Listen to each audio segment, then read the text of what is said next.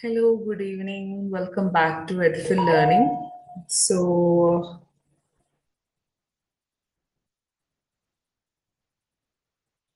okay.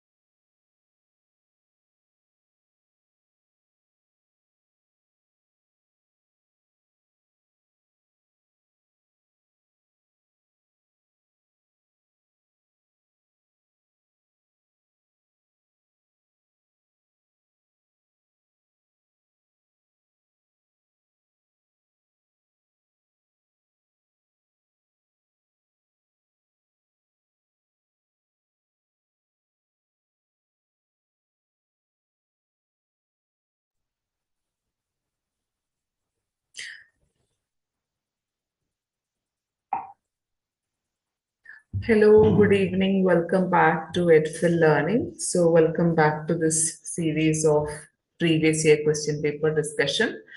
So, ഇന്ന് നമ്മൾ discuss ചെയ്യാൻ പോകുന്നത് 2023 ഡിസംബർ സെഷനിൽ നടന്നിട്ടുള്ള നെറ്റ് ഇംഗ്ലീഷ് ക്വസ്റ്റ്യൻ പേപ്പർ ആണ്. ഓക്കെ, സോ ഈ ഒരു ക്വസ്റ്റ്യൻ പേപ്പറിനെ കുറിച്ച് പറയുകയാണെന്നുണ്ടെങ്കിൽ it was easy, very easy. ഇപ്പോഴത്തെ ക്വസ്റ്റ്യൻ പേപ്പേഴ്സ് ഒക്കെ വെച്ച് നോക്കുകയാണെന്നുണ്ടെങ്കിൽ this question paper is very easy, very doable question paper ആണ്. And British literature എന്നാണ് majority of the questions ഉണ്ടായിരുന്നത്. പിന്നെ from literary theory and criticism, Indian literature, but dominant ആയിട്ട് ഉണ്ടായിരുന്നത് from British literature ആണ്. Okay, so yeah, let's start. Okay.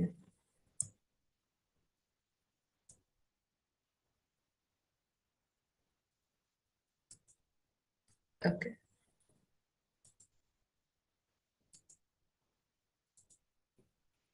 Now, so let's look at the first question. Which of the following qualities of heroic treatment was not needed in the place of university wits?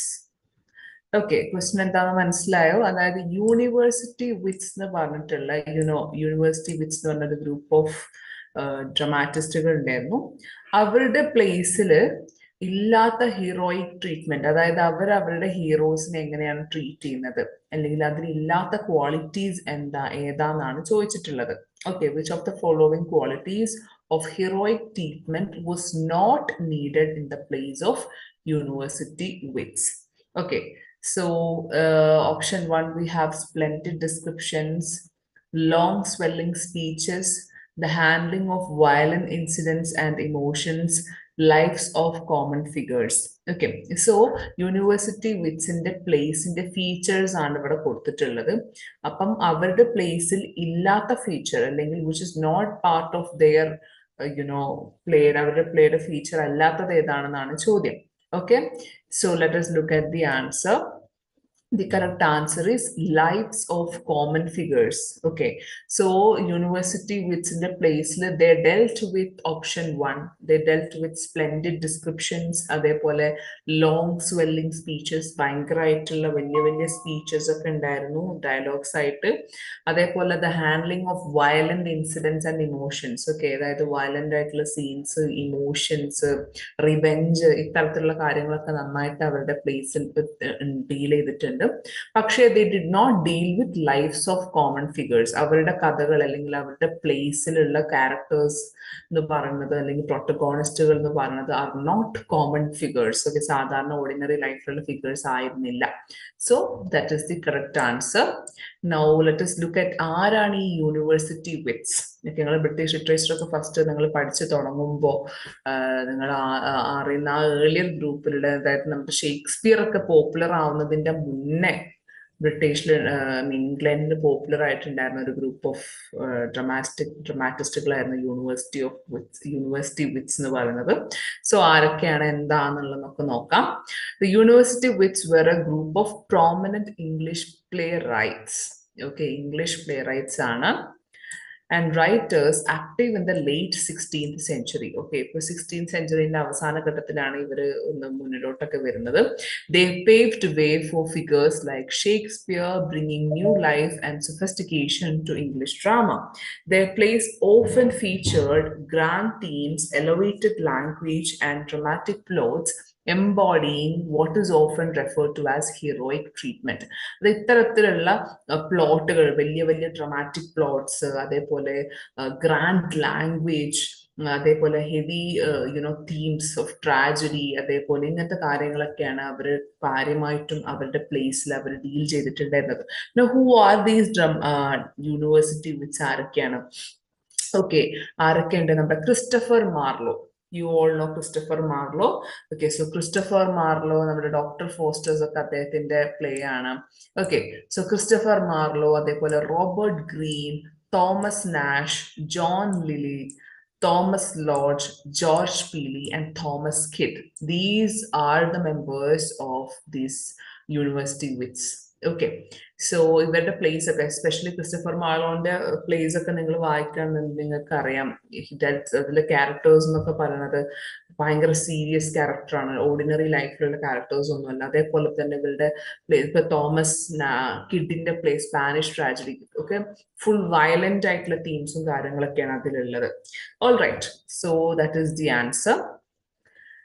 Okay, so lives of common figures ഇതിനെ കുറിച്ച് അവർ deal ചെയ്യാറില്ല. Okay, serious ആയിട്ടുള്ള ക്യാരക്ടേഴ്സിനെ കുറിച്ചാണ്, കുറച്ചും കൂടെ in-depth ആയിട്ടുള്ള ക്യാരക്ടേഴ്സ്, ഓക്കെ, ഇവരെ കുറിച്ചൊക്കെയാണ് ഇവർ അധികം പ്ലേസ് ചെയ്യാറുള്ളത്. ഓക്കെ, അതേപോലെ തന്നെ ഹിസ്റ്റോറിക്കൽ ഫിഗേഴ്സ്, അതേപോലെ ട്രാജഡീസ്, ഇത്തരത്തിലുള്ള തീംസുകളൊക്കെയാണ് അവർ ഡിസ്കസ് ചെയ്യാറുള്ളത് അവരുടെ പ്ലേയിൽ. Alright, yes, splendid descriptions. Okay, അതായത് ഇവരുടെ പ്ലേസിൽ they used splendid description, അതായത് elaborate and grandiose language. Okay, അതേപോലെ long swelling speeches. അവരുടെ ആ ഒരു പ്ലേസിലൊക്കെ ഓരോ ഡയലോഗുകളൊക്കെ നോർമൽ ഡയലോഗ്സ് അല്ല, എല്ലാം ഭയങ്കര വലിയ ഹ്യൂജ് പവർഫുൾ ഡിക്ലമേഷൻസ്, അതേപോലെ റെറ്റോറിക്കൽ ബ്രില്യൻസ് ഒക്കെ ആയിട്ട് വലിയ വലിയ അടിപൊളി സ്പീച്ചസ് ഒക്കെയാണ് അവരുടെ പ്ലേസിൽ ഉണ്ടാവാറുള്ളത്. And the handling of violent incidents and emotions. Their dramas frequently portrayed intense emotional conflicts and spectacular violent acts to cater to the dramatic taste of Elizabethan audience. Okay, പക്ഷേ the correct answer, അതായത് which is not a feature, a heroic treatment of their play എന്ന് പറയുന്നത് എന്താണ്? Lives of common figures. This quality is not a focus of their play. The wits preferred monumental subjects and aristocratic or mythological heroes such as kings. ഇപ്പൊ നമുക്കറിയാം ടാംബുർലൈൻ നമ്മുടെ മാർലോയുടെ ഒരു play ആണ്. അതേപോലെ തന്നെ doctor fosters. The shift toward depicting the realities of life and the ordinary characters was later perfected by playwrights like William Shakespeare. അതായത് ഒന്നും കൂടെ ലൈഫിനോട് ടച്ച് ചെയ്ത ഓർഡിനറി പീപ്പിളിന്റെ ക്യാരക്ടർ ലൈഫ് അല്ലെങ്കിൽ ഓർഡിനറി ക്യാരക്ടേഴ്സ് ഒക്കെ വന്നിട്ടുള്ളത് ഷേക്സ്പിയർ ഒക്കെ വന്നതിന് ശേഷമാണ്. Okay, all right. Now second question. Transcendental Club was a group of American intellectuals for philosophical discussions. Okay, this is true. Okay, Transcendental Club was a group of American intellectuals for philosophical discussions. Which text among the following is taken as a short treatise on transcendentalism? നമുക്കറിയാം നമ്മുടെ ബ്രിട്ടനിൽ ഉണ്ടായിരുന്ന romantic literature അല്ലെങ്കിൽ റൊമാനിസത്തിന്റെ ഒരു American counter പാർട്ടാണ് transcendentalism which happened in America. Okay, so അതിന്റെ ഒരു manifesto ആയിട്ട് അല്ലെങ്കിൽ അതിന്റെ ഒരു ഷോർട്ട് ട്രിറ്റീസി ആയിട്ട് നമുക്ക് ഈ കാണുന്ന തന്ന ഓപ്ഷൻസിൽ ഏതായിട്ട് നമുക്ക് എടുക്കാം എന്നാണ് ചോദിക്കുന്നത്. Which text among the following is taken as a short treatise on transcendentalism? Okay, we have Emerson's Nature, Thoreau's Walden, Whitman's Leaves of Grass, Thoreau's Civil Obedience. The answer is very obvious. It is Emerson's Nature. Okay, so Emerson's Nature it was published anonymously in 1836 by Ralph Waldo Emerson.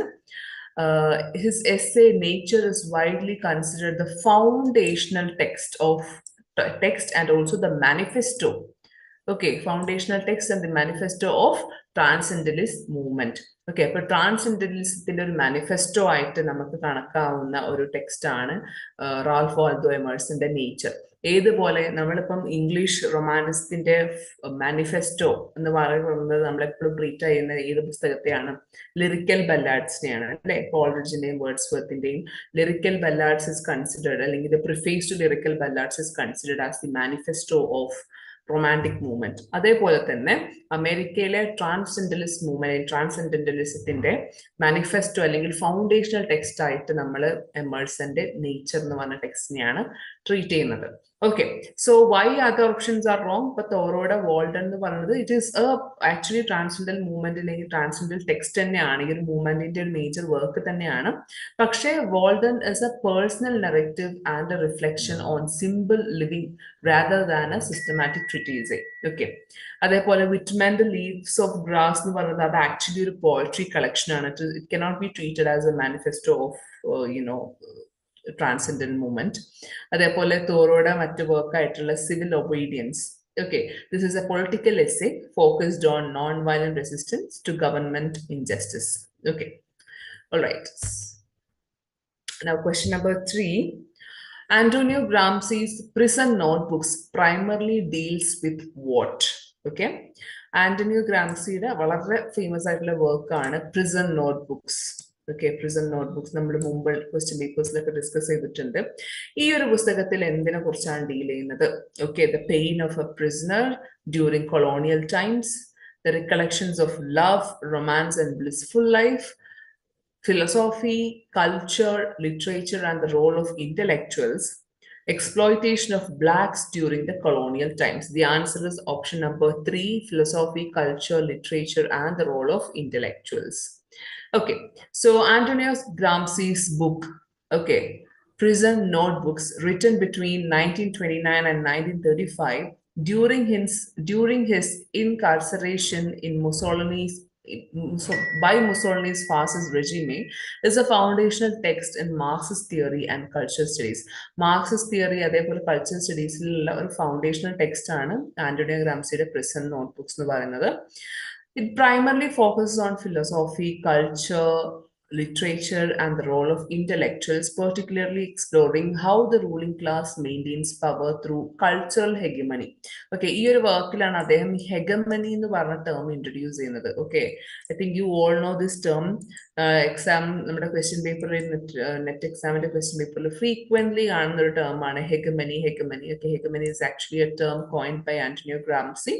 അതേപോലെ തന്നെ മറ്റൊരു term ആണ് subaltern. Is another term introduced by Antonio Gramsci. All right, so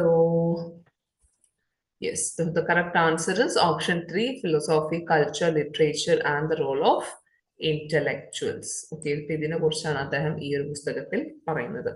Okay, so നമ്മളെല്ലാവരും prison notebooks അല്ലേ, അപ്പൊ നമ്മൾ prisoners ആയിരിക്കും എന്നൊക്കെ വിചാരിക്കും. അപ്പം നമ്മൾ അറിയാതെ ഓപ്ഷൻ 1 ഒക്കെ പോയി കൊടുക്കാൻ ചാൻസ് ഉണ്ട്, പക്ഷെ അങ്ങനെയല്ല. Okay, now arrange the chronological sequence in which the following works of Richard Hogarth were published. Richard Hogarthന്റെ works chronological orderൽ കൊടുക്കാനാണ് പറയുന്നത്. Wait, Yeah. Okay, I have already mentioned the year along with this itself. Okay, so this is the order. This is okay. So Richard Hogarth ആരാ നിങ്ങൾക്ക് എല്ലാവർക്കും അറിയാം. നമ്മുടെ culture സ്റ്റഡീസിൽ വളരെ important ആയിട്ടുള്ള ഒരു critique ആണ്. Okay, so yes, here is the order. The Uses of Literacy, it was published in 1957. Then Higher Education, Demand and Response, 1970. A Local Habitation, published in 1988. A Sort of Clowning, 1990. And Imagine Life, 1992. Okay, so this is how it goes. Right. Next question. The term samulcra in postmodern discourse is about what? Okay, samulcra എന്ന് പറഞ്ഞ term, this is actually a postmodern term ആണ്. Postmodern movement വളരെ important ആയിട്ടുള്ള term ആണ്. Now, who coined this term? This term was coined by Jean Baudelaire. അപ്പം എന്താണ്, what does this mean? Okay, postmodern context അല്ലെങ്കിൽ postmodern discourse, what does the term simulacra mean? Okay, absence of a vivid representation of reality, artificially introduced reality dubbed as authentic, a rejection of modernist view of reality, the gap between the perception and reality, the psychological interplay at the perception and reality, the psychological interplay at the level of subconscious. Obviously, it is not E, it is not G, it is not C. Okay. Absence of a vivid representation of reality. Artificially produced reality dubbed as authentic. Okay, so let's look at the answer. The correct answer is A and B. Yes. These two are the correct answers. Okay. Now, the concept of simulacra, it comes from Jean Baudelaire, especially his work Simulacra and Simulation.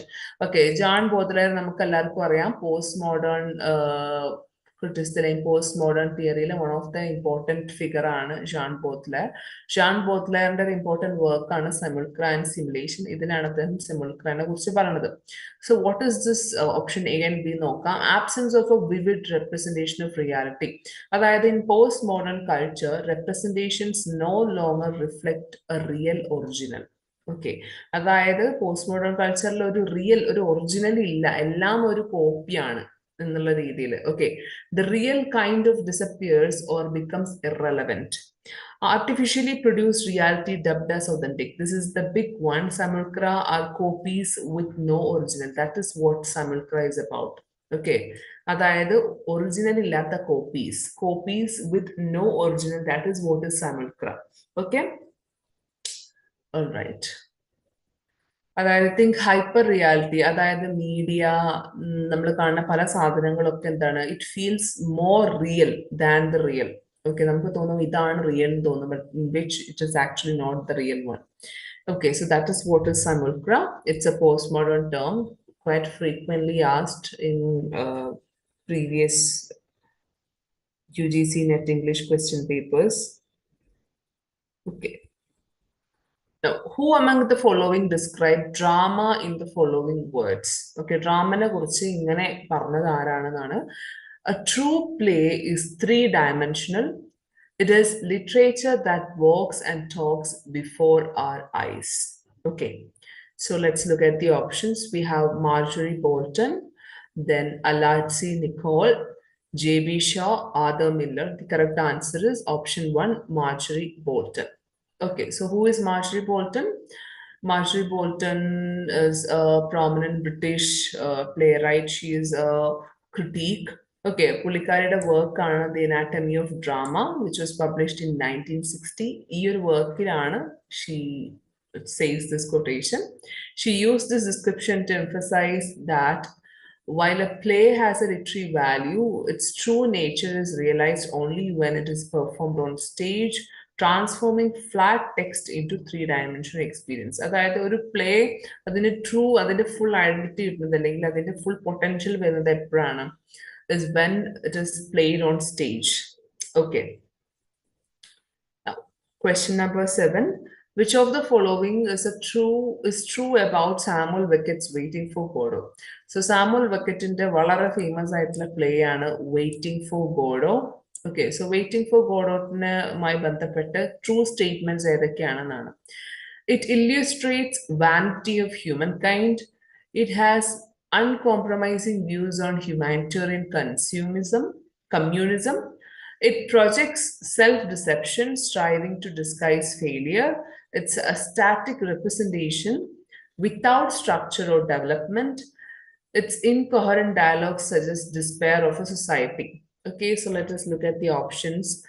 So my bet is on option 4, D and E. Yes, that is the correct answer, option D and E. Okay, അതായത് it is a static representation without structure or development. Its incoherent dialogue suggests despair of a society. Now let's look at the explanation. Okay, so yes, all right, yes, static. Why is option D correct? Static representation and there is no development എന്നോട് പറയുന്നുണ്ട് because the play lacks traditional plot progression and structure. നിങ്ങളിപ്പോൾ play വായിച്ചിട്ടുണ്ടെങ്കിൽ നിങ്ങൾക്കറിയാം. Okay, അതിലെ plot എന്ന് പറയുന്നത് എന്താണ്? ഒരു irregular plot ആണ്. അത് ലൂപ്പ് പോലെയാണ്, കണ്ടിന്യൂസ് സൈക്കിൾ. ട്രഡീഷണൽ ആയിട്ട് കാണുന്ന പ്ലേസിലുള്ള പോലെയല്ല അതിലുള്ളത്. Okay, അതായത് absurdist literature, you all know Waiting for Godot, it belongs to the absurdist literature. Okay, so that play, there are dialogues also. Okay, so dialogue are incomplete, nonsensical, okay, fragmented. That is also true about this play. Incoherent dialogue suggests despair.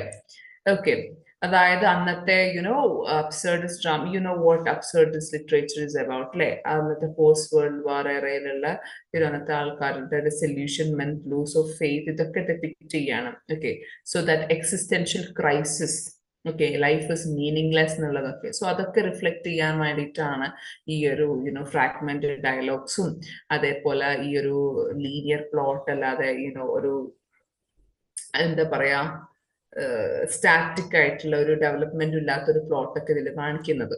Okay, so yes, it's a static representation without structural development. This is true. This statement is largely true and describes a key characteristic of theatre of absurd. Waiting for Godot features a minimal plot. The central action is simply waiting. അതായത് plot എന്ന് പറയുന്നത് പ്രത്യേകിച്ച് ഒരു plot ഇല്ല. They are waiting. There are two characters. They are waiting for this person or something called Godot. Okay. The events of Act 2 largely mirror those of Act 1, reinforcing a cyclical and repetitive structure rather than a linear developing narrative. ഞാൻ നേരത്തെ പറഞ്ഞപ്പോൾ അതൊരു ലൂപ്പാണ് ഇതിലുള്ള plot. അതായത് വീണ്ടും വന്നിട്ട് repeat ചെയ്ത് വരുന്ന പോലെയാണ്, റിപ്പീറ്റേറ്റീവ് ആയിട്ടുള്ള രീതിയിലാണ്, സൈക്ലിക്കൽ രീതിയിലാണ്. The characters' situations don't fundamentally change, contributing a sense of stasis and lack of traditional dramatic development or progression. ഇതിൽ ഒരു ഡെവലപ്മെന്റ് നമുക്ക് കാണാൻ പറ്റില്ല ഈ ഒരു പ്ലേയിൽ. They are always waiting. Okay, episode 1 അല്ലെങ്കിൽ ആക്ട് 1 നടന്ന സെയിം സാധനം തന്നെയാണ് ആക്ട് 2 വീണ്ടും അതേപോലെ റിപ്പീറ്റ് ചെയ്തിട്ട് വരുന്നു. Okay, there is no progression, there is no development in this play. Okay, so that statement is true. Then it's incoherent dialogue suggests despair of society. Waiting for Godot and one of the pratyekada ennu parayunnathu adiലുള്ള dialogues are nonsensical, fragmented, അതേപോലെ തന്നെ repeated ആണ്. Throughout repeated ആയിട്ടാണ് വരുന്നത്. So the characters frequently misunderstand each other, repeat phrases or engage in circular arguments. This breakdown in communication reflects എന്താണ് ഈ ഒരു ഇങ്ങനെ അതിലെ കമ്മ്യൂണിക്കേഷൻ ഇതിലെ ഡയലോഗ് ഇങ്ങനെ ബ്രോക്കൺ ആയിട്ട് അല്ലെങ്കിൽ ഫ്രാഗ്മെന്റഡ് ആയിട്ട് കാണിക്കാൻ കാരണം it reflects a deeper breakdown of meaning and purpose. This incoherent dialogue is a deliberate artistic choice that contributes significantly to the play's themes of existential despair. അന്നത്തെ കാലത്തെ ആ ഒരു absurdist dramaന്റെ main to reflect the existential crisis. അപ്പൊ അത് കാണിക്കാൻ വേണ്ടിയിട്ടാണ് അവർ ഇത്തരത്തിലുള്ള ഒരു സാധനത്തിൽ എംപ്ലോയ് ചെയ്തത്, incoherent dialogues. Okay, so yeah. Now question number 8. Chronologically arrange the following works of Sri Aurobindo in accordance with their year of publication. Okay, so Sri Aurobindo, I think yes, നമ്മൾ മുമ്പ് discuss ചെയ്തിട്ടുള്ള 2 question പേപ്പറിലും Shri അരവിന്ദോനെ കുറിച്ച് അദ്ദേഹത്തിന്റെ works chronological ഓർഡറിലും അദ്ദേഹത്തിന്റെ വർക്ക്സുകൾ ഏതൊക്കെയാണ് choose ചെയ്യാനും ചോദിച്ചിട്ടുണ്ടായിരുന്നു. വീണ്ടും ഇത് റിപ്പീറ്റഡ് ആയിട്ട് വരുന്നതാണ്. So let's look at the works. The hour of God, the mother, life divine, future poetry, the synthesis of yoga. സോ ഇത് നമ്മൾ ക്രോണോളജിക്കലി ഇയർ ഓഫ് പബ്ലിക്കേഷൻ അനുസരിച്ച് നമ്മൾ എന്ത് ചെയ്യണം, അറേഞ്ച് ചെയ്യണം. Okay. So these are the options.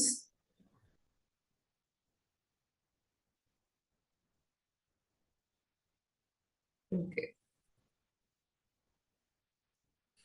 Okay. So the first one, the mother Anna. Okay, because it was published in 1928. Then the future of poetry, the future poetry, the life divine. Um, yes, the future poetry is actually ഒരു book രീതിയിൽ publish ചെയ്തത് 1953-ലാണ്. Okay. Then the life divine, the hour of God, and the synthesis of yoga. Let's look at the answer. Yeah. BDCAE is how it is. Wait.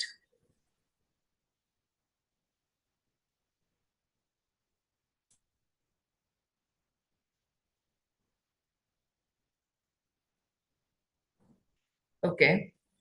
So,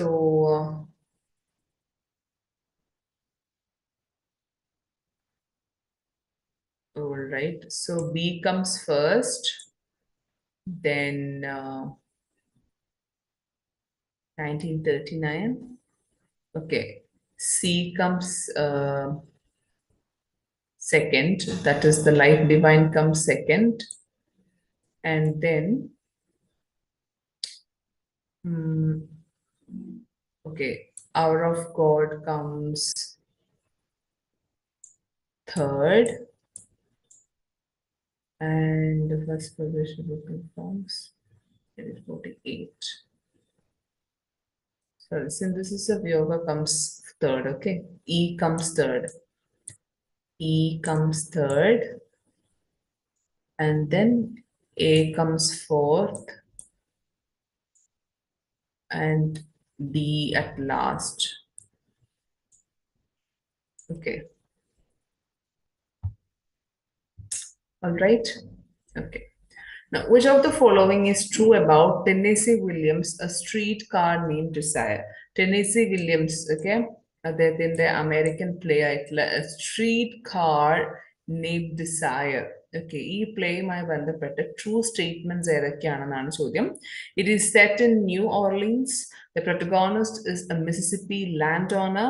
It ends with Blanche's defeat and departure. Tom Wingfield is the narrator. Laura and Stella are cousins. So let's look at the answer. The correct option is A, C only. Okay, option 2 is the correct one. A and C are the correct ones. That is, it is set in New Orleans. This is true. And it ends with Blanche's defeat and departure. So these are the true statements related to Tennessee Williams' play A Streetcar Named Desire. Okay. Okay, so here's the explanation. Yes, the play is set in New Orleans. So the protagonist is a Mississippi landowner. Okay, the protagonist Blanche Du Bois, he's from Mississippi, but she's no longer a landowner during the play's event. She has already lost her family estate Bellevue. Okay, അതായത് പ്ലേയുടെ കോഴ്സിന്റെ സമയത്ത് during the time of the play നടക്കുന്ന സമയത്ത് she is not a protagonist. Sorry, she is not a landowner. Okay.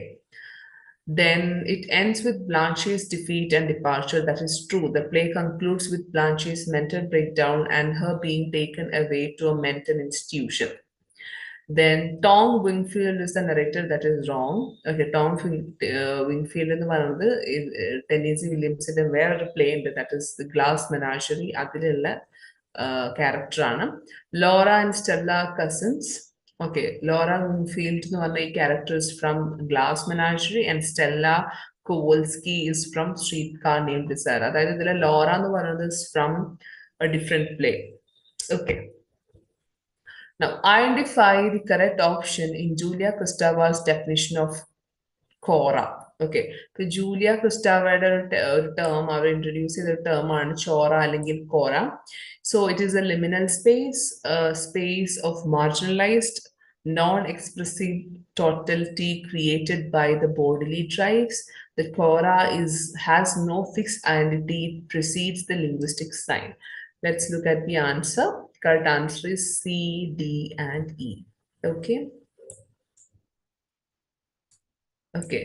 The Quora has no fixed identity, and option E in the Varanadidanato. It precedes the linguistic sign. Okay. So these three are the correct statements. Okay. Now, Julia Kristeva is a prominent Bulgarian French philosopher, literary critic, psychoanalyst, and feminist.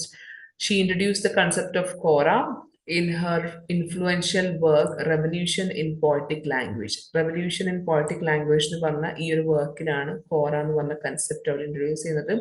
This concept is crucial to understanding her theories on language, subjectivity, and pre-symbolic stage of development.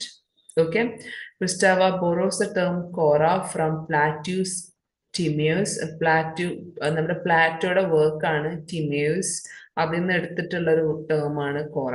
Okay, where it refers to a receptacle or a space that receives forms but it itself formless. However, Kristeva reinterprets it psychoanalytically, linking it to the pre-Oedipal phase and the maternal body. The Cora for Kristeva represents a realm of drives, rhythms, and movements that precedes the establishment of symbolic order and language. Okay. The term gynocritism, this is very easy. Okay. Okay. The term gynocritism refers to gynocritism a feminist consciousness, production of writings on women by men, analysis of andro text, production and analysis of writings by women on women. The correct answer is option 4. It's production and analysis of writings by women on women. Okay, so gynocriticism, this term was introduced by Elaine Showalter. Okay, Elaine Showalter ആണ് ഇത് introduce ചെയ്തിട്ടുള്ളത്. Gynocriticism, it focuses on women as creators of literature and the study of female literary tradition. Okay, but എന്താണ്? Women are the producers of the literature. Okay, not men. Okay, and it examines the history, themes, and structures of women's writing on its own terms, distinguishing it from feminist critique, which critiques how male authors represent women in text. So there are two types of criticism: feminist critique and gyno critique. Feminist critique nu vanadhu endana? It's about, male authors, how they present women. Okay, here women are just readers only. Okay, women are readers only. Marichu gynocriticism, women are producers of the text. Okay.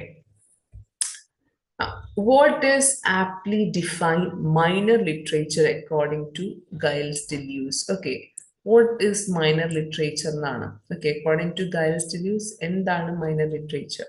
Deconstruction of material reality, deterritorialization of language, heteroglossia, metanarrative. The correct answer is option 2. Deterritorialization of language. Okay. Okay, according to Giles Deleuze, co-authored with Felix Guattari, deterritorialization of language. Okay, ഇവർ രണ്ടുപേരും കൂടെ ഞാൻ കഴിഞ്ഞ ക്ലാസ്സിൽ പറഞ്ഞിട്ടുണ്ടായിരുന്നു. Giles Deleuze and Felix Guattari, they are both എന്താ പറയാ like എപ്പോഴും ഒരുമിച്ച് കുറെ വർക്ക്സ് കൊലാബറേറ്റ് ചെയ്ത ആൾക്കാരാണ്. Deleuze and Guattari introduced the term of minor literature in their work Kafka Toward a Minor Literature. Okay, Kafka Toward a Minor Literature, the note work. This is a work where both collaborated by Deleuze and Guattari. And അതിൽ അവർ introduce ചെയ്ത സാധനമാണ് deterritorialization of language, and that is what is meant by minor literature. This is the core definition, defining feature. It occurs when a marginalized or minority group writes within a dominant major language but uses and subverts it in unconventional ways to strip it of its standards, oppressive associations. Okay, so in minor literature, the personal is directly connected to the political. The individual struggle is deeply intertwined with the broader issues of their community. Okay, so that is what is minor literature.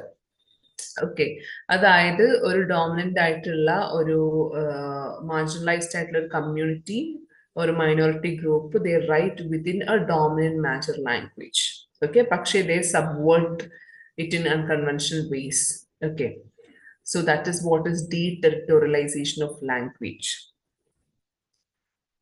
Which among the following are the titles of the periodicals? Which among the following are the titles of the periodicals? Okay, ഇപ്പൊ ഇവിടെ കുറച്ച് titles കൊടുത്തിട്ടുണ്ട്.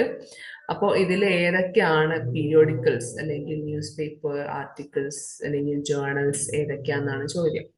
Okay, so we have Dickens' Household Words, then Coleridge's Friend, Richard Steele's Guardian, Frank Kafka's The Metamorphosis, Leigh Hunt's Indicator. അപ്പോൾ ഇതിൽ എന്തായാലും നമുക്ക് first തന്നെ rule out ചെയ്യാം. Frank Kafka's Metamorphosis, this is not a periodical, it's a novella. Okay, so let's look at the answer. The correct answer is A, B, C, and E. Okay, all of these are periodicals. Okay, except for Franz Kafka's Metamorphosis. The basic knowledge of ഏതൊരാൾക്കും ഈ ഒരു question solve ചെയ്യാൻ പറ്റും because we all know that Metamorphosis is a novel by Franz Kafka. Okay. Now here we have a match the following: The Wretched of the Earth, Nation and Narration, Culture and Imperialism, Imagined Communities. Now this ഇവിടെയുള്ളതെല്ലാം are key critical post-colonial texts. Okay, so The Wretched of the Earth, this is a work by Frantz Fanon. Nation and Narration by Homike Baba. Culture and Imperialism by Edward Said. Imagined Communities by Benedict Anderson. Okay. All right. Now question number 15. Which among the following statements are true about Emily Bronte's Wuthering Heights? Emily Bronte's novel Wuthering Heights മായി ബന്ധപ്പെട്ട true statements ഏതൊക്കെയാണെന്നാണ് ചോദ്യം.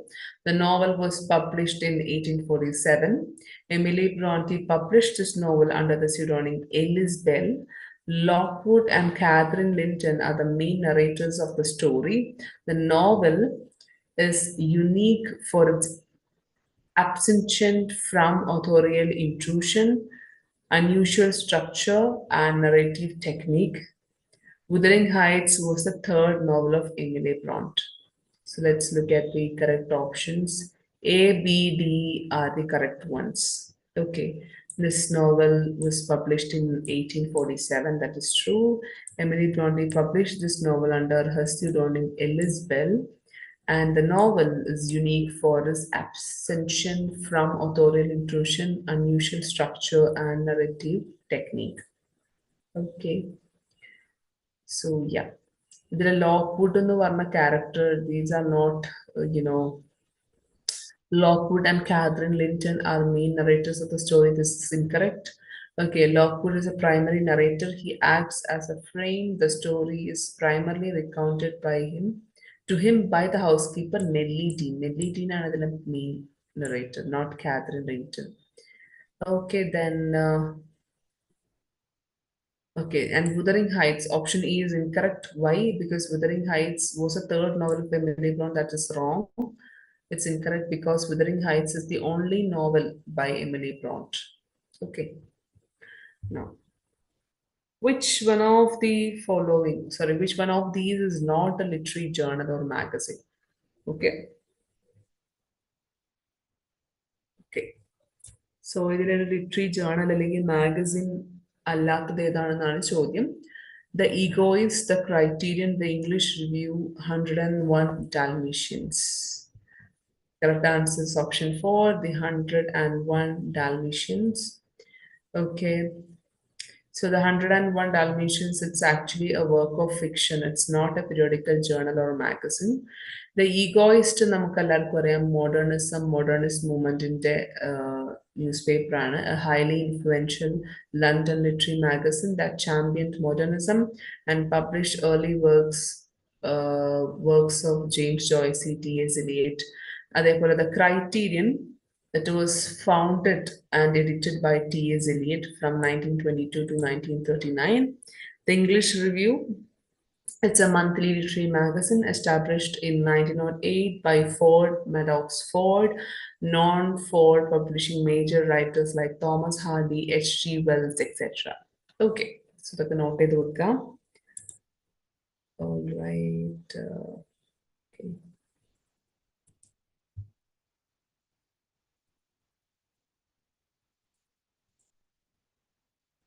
Okay. Now, which among the following are not mentioned as aspects of the novel by E.M. Forster? Okay, so E.M. Forster the വളരെ important ആയിട്ടുള്ള വർക്കാണ് aspects of novel എന്ന് പറഞ്ഞിട്ടുള്ളത്. Okay, അതിൽ അദ്ദേഹം നോവലിന്റെ ആസ്പെക്ട്സ് അല്ലാത്തത് ഏതാണെന്നാ കണ്ടുപിടിക്കേണ്ടത്. Okay, story, imagination, plot, harmony, prophecy. Okay, so which among the following are not mentioned as the aspects of novel by M. Forster? So let's look at the answer. The correct answer is option 4, B and D. Okay, imagination and harmony, these two are not aspects of novel according to E.M. Forster. The rest of it are aspects of novel. Story, plot, prophecy, all of these are aspects of novels. Okay. Okay. Now, question number 18. Who among the following is the earliest available Indian dramatist? Okay, അപ്പോൾ ഈ കൊടുത്ത കൂട്ടത്തില് earliest ഏറ്റവും തുടക്കത്തിലുള്ളത് one of the first dramatist, earliest Indian dramatist ആരാണെന്നാണ് ചോദ്യം. So option A, we have Baba-Bhutti, option B, Kalidas, option C, Barsha, then we have Rajashekhar. The correct answer is option C, Barsha. Okay. So yes. So Barsha, he is recognized as one of the first Sanskrit playwrights, famously predating even Kalidasa. His works such as Swapna Vasadattam were rediscovered in early 20th century. Then we have Kalidasa. Kalidasa was associated with the Gupta period. He is often regarded as a pinnacle of Sanskrit drama. But yeah. Then Babuti, they are all much കുറച്ച് കാലങ്ങൾക്ക് ശേഷമാണ് അവരുടെ time period ഇവിടെ കൊടുത്തിട്ടുണ്ട്. Okay, Babutty വരുന്നത് 8th century CE-ലാണ്, അതേപോലെ Rajasekhar 10th century CE. Okay, so Basa, he belonged to the 3rd, 4th century CE. Okay, now here we have a master following. A simple heart, an outpost of progress, 6 feet of the country, a horse, and 2 gods.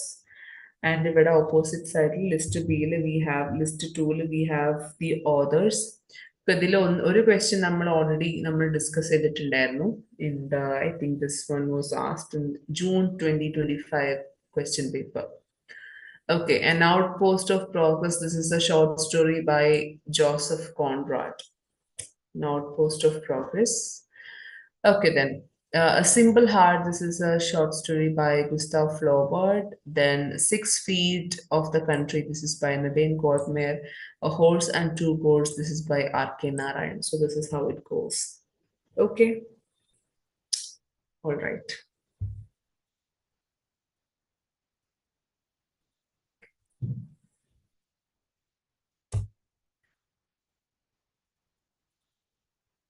Okay.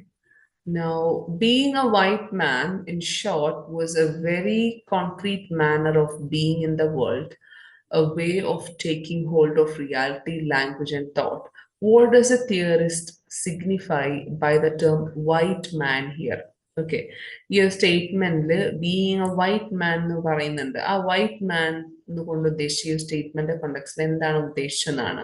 a dominating man, a megalomaniac, a man with double consciousness, a form of colonial authority. Okay, so being a white man in short was a very concrete manner of being in the world, a way of taking hold of reality, language, and thought. So the correct answer is a form of colonial authority. A statement വളരെ evident ആണ്. Okay. An introduction by Kamala Das. Okay, Kamala Dasന്റെ work ആയിട്ടുള്ള an introduction ഇതെന്താണെന്നാണ് ചോദ്യം. A short story on the theme of people's rights and freedom. An introduction to her autobiography, My Story, a poem of resistance and protest, an essay on the theme of gender rights. ഇതൊക്കെ ആർക്കും solve ചെയ്യാൻ പറ്റും. Okay, because an introduction is a very famous poem by Kamala Das. Okay, അപ്പൊ ഇതൊന്നും പഠിക്കാതെ ഒരു literature സ്റ്റുഡൻറ്റും പോകില്ല. നിങ്ങളുടെ കോളേജിലെ നിങ്ങൾ BA ആയിക്കോട്ടെ, നിങ്ങൾ MA ചെയ്യുന്ന സമയത്തൊക്കെ ഇൻട്രൊഡക്ഷൻ നിങ്ങൾ വായിച്ചിട്ടുണ്ടാവും, നിങ്ങൾ പഠിച്ചിട്ടുണ്ടാവും. As part of women's writing in English, അല്ലെങ്കിൽ Indian English ലിറ്ററേച്ചറിലൊക്കെ ഈ പോയം recurrent ആയിട്ട് നമ്മുടെ സിലബസിലൊക്കെ വരുന്നതാണ്. So an introduction, this is a very famous poem by Kamala Das. So this is not a short story.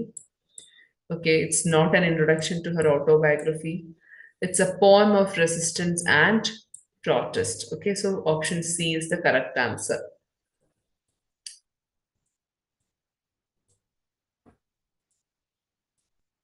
Okay. Now, which of the following is true of Edward Said's Orientalism? Edward Said's work ആയിട്ടുള്ള ഓറിയന്റലിസവുമായി ബന്ധപ്പെട്ടുള്ള true statements ഏതൊക്കെയാണെന്നാണ്. Okay, so നമ്മളിപ്പോൾ ഇതുവരെ നമ്മൾ discuss ചെയ്ത English question പേപ്പേഴ്സിൽ Edward സായിദിന്റെ വർക്ക്സുകളൊക്കെ ചോദിച്ചിട്ടുണ്ട്. Especially orientalism, match the following ആയിട്ടും അല്ലാതായിട്ടൊക്കെ വന്നിട്ടുണ്ട്. അപ്പോഴൊക്കെ ഞാൻ പറയാറുണ്ട്, റിപ്പീറ്റ് ചെയ്യലുണ്ട് ഈ വർക്ക് എപ്പോഴാണ് പബ്ലിഷ് ചെയ്തത്. It was published in 1979. This is incorrect. 1978 ഇത് പബ്ലിഷ് ചെയ്യുന്നത്. Okay, 1978. It utilizes the concept of discursive formulation as argued by Foucault. He has taken up the detailed analysis of imaginative geography and representation of the Orient. It is one of the foundational texts of post-colonial theory that is true. It puts to use Barthes's concept of depth of the author. Okay, Barthes's concept title, Roland Barthes's concept, the depth of author, discuss that is incorrect. It's false. It's incorrect. Okay, so the correct options are A, B, and C. Sorry, B, C, and D. Okay, all right. Okay, it utilizes the concept of discursive formulation as argued by Foucault. Said explicitly draws on Michel Foucault's notion of discourse and power and knowledge. അപ്പം ഓറിയന്റലിസത്തിനെ കുറിച്ച് അത്യാവശ്യം അറിവുള്ള ഒരാൾക്കും ഇത് ഈ ഒരു answer guess ചെയ്യാൻ പറ്റും. ഓക്കെ, അതിൽ ഫൂക്കോന്റെ കൺസെപ്റ്റ് ആയിട്ടുള്ള പവർ, നോളജ്, അതേപോലെ ഡിസ്കോഴ്സ് ഇതൊക്കെ യൂസ് ആക്കിയിട്ടുണ്ട് to explain how the west created a systematic knowledge of the orient to exert power over it. Okay, he has taken up the detailed analysis of imaginative geography and representation of the Orient. Okay, and therefore then it is one of the foundational texts of post-colonial theory. All right. Now, who among the following is not associated with cultural imperialism? Okay, cultural imperialism I banda millata aalarananu chodam. Jonathan Tollimore, Alan Sinfield, Raymond William Stanley Fish. The answer is very obvious. Stanley Fish. കാരണം Stanley Fish ഇതുമായിട്ടൊന്നും ബന്ധമില്ല. അദ്ദേഹം ഒരു reader response theory അല്ലെങ്കിൽ reader response critic ആണ്. Okay, all right. Okay, according to Greek mythology, who is a Psyche in John Keats' Ode to Psyche? John Keatsന്റെ work ആയിട്ടുള്ള Ode to Psycheയിലെ ആരാണ് the Psyche? Okay, a mortal woman, Cupid; an immortal woman, Venus. The correct answer is option C, an immortal woman. Okay. Now, panopticon, panopticism, is a concept that refers to external spying. Who among the following coined this term? ആരാണ് പാനോപ്റ്റിസം അല്ലെങ്കിൽ പാനോപ്റ്റിക്കോൺ എന്ന് പറഞ്ഞ term introduce ചെയ്തതെന്നാണ്. This question the രണ്ട് മൂന്നാല് പ്രാവശ്യം repeat ചെയ്ത് വന്നിട്ടുണ്ട് കഴിഞ്ഞ വർഷത്തെ ഡിസംബർ 2025 ജൂൺ 2025 ചോദിച്ചിട്ടുണ്ട്. So the correct answer is option B. Michel ഫൂക്കോയുടെ കൺസെപ്റ്റ് ആണ് പാനോപ്റ്റിക്കോൺ. Actually ഇതൊരു prison model. Actually it was inspired by Jeremy Bentham's prison model. Okay, I have already discussed in the previous question paper discussion. Okay, so yeah. So what is this concept of panopticon? Okay, external spying. അതായത് modern panopticon examples ആണ് the CCTV. You're always being watched. Okay, so there is this prison concept. Okay, ഒരു tower ഉണ്ട്. And ഈ single ടവറിന്റെ മുകളിലെ ഒരു single ഒരു watch room ഉണ്ടാവും. And there will be policemen or watchmen or whoever it is. And they are ഇവരെന്താ ചെയ്യാന്ന് വെച്ചാൽ ഈ ഒരു പ്രിസൺ എന്ന് പറഞ്ഞത് ആർച്ച് ഷേപ്പിലായിരിക്കും ഉണ്ടാവുക.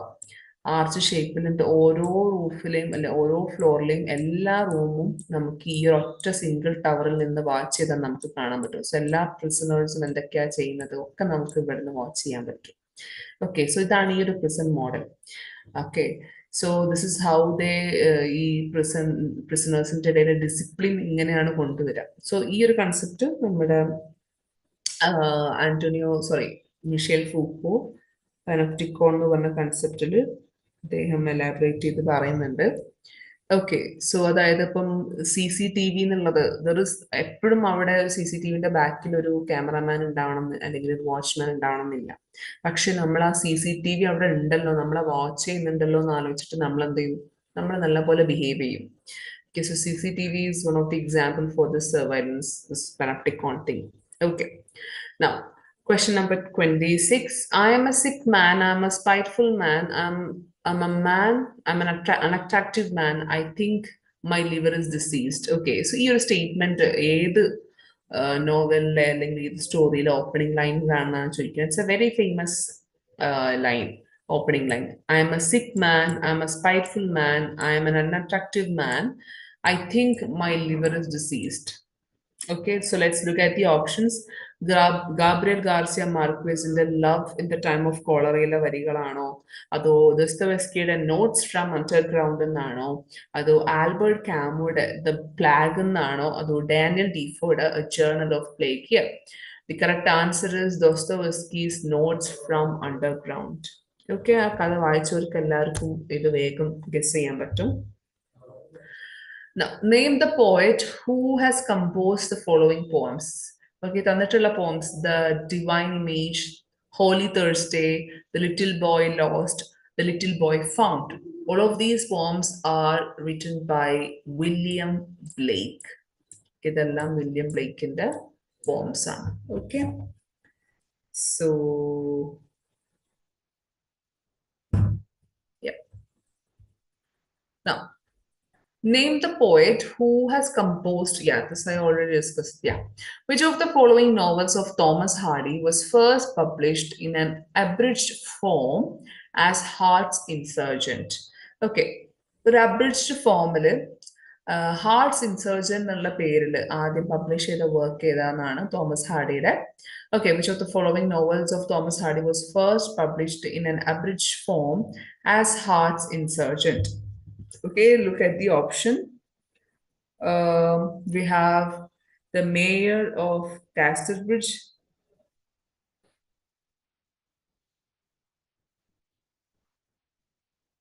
Okay, The Mayor of Casterbridge, Jude the Obscure, Far from the Madding Crowd, The Return of the Native. The correct answer is option 2, Jude the Obscure. Okay, the initial പേര് Heart's Insurgent എന്നുള്ള രീതിയിലാണ് വന്നത്. Okay, Jude the Obscure. This novel was first published serially in an abridged form under the title Heart's Insurgent. So ഇത് മറക്കരുത്. Okay, not ചെയ്ത് വെക്കുക. Okay. Okay, so എന്താണ് അബ്രിഡ്ജ്ഡ് form എന്ന് പറഞ്ഞാൽ ഷോർട്ടർ ഫോമിൽ, അതായത് അതിലെ മെയിൻ പ്ലോട്ടും കാര്യങ്ങളൊക്കെ ഉണ്ടാവും, പക്ഷെ ചില ഡീറ്റെയിൽസ് ഒക്കെ ഒഴിവാക്കിയിട്ടുണ്ടാവും, ഷോർട്ട് ഫോമിൽ കൊണ്ടുവരുന്ന വർക്ക്സ്. ഓക്കെ, സോ ഇതിന്റെ ഫസ്റ്റ് അബ്രിഡ്ജ് ഫോമിൽ ഇറങ്ങിയ സമയത്ത് അതിന്റെ പേര് ഹാർട്ട്സ് ഇൻസർജൻ എന്നായിരുന്നു. It appeared in Harper's New Monthly Magazine starting in December 1894. All right.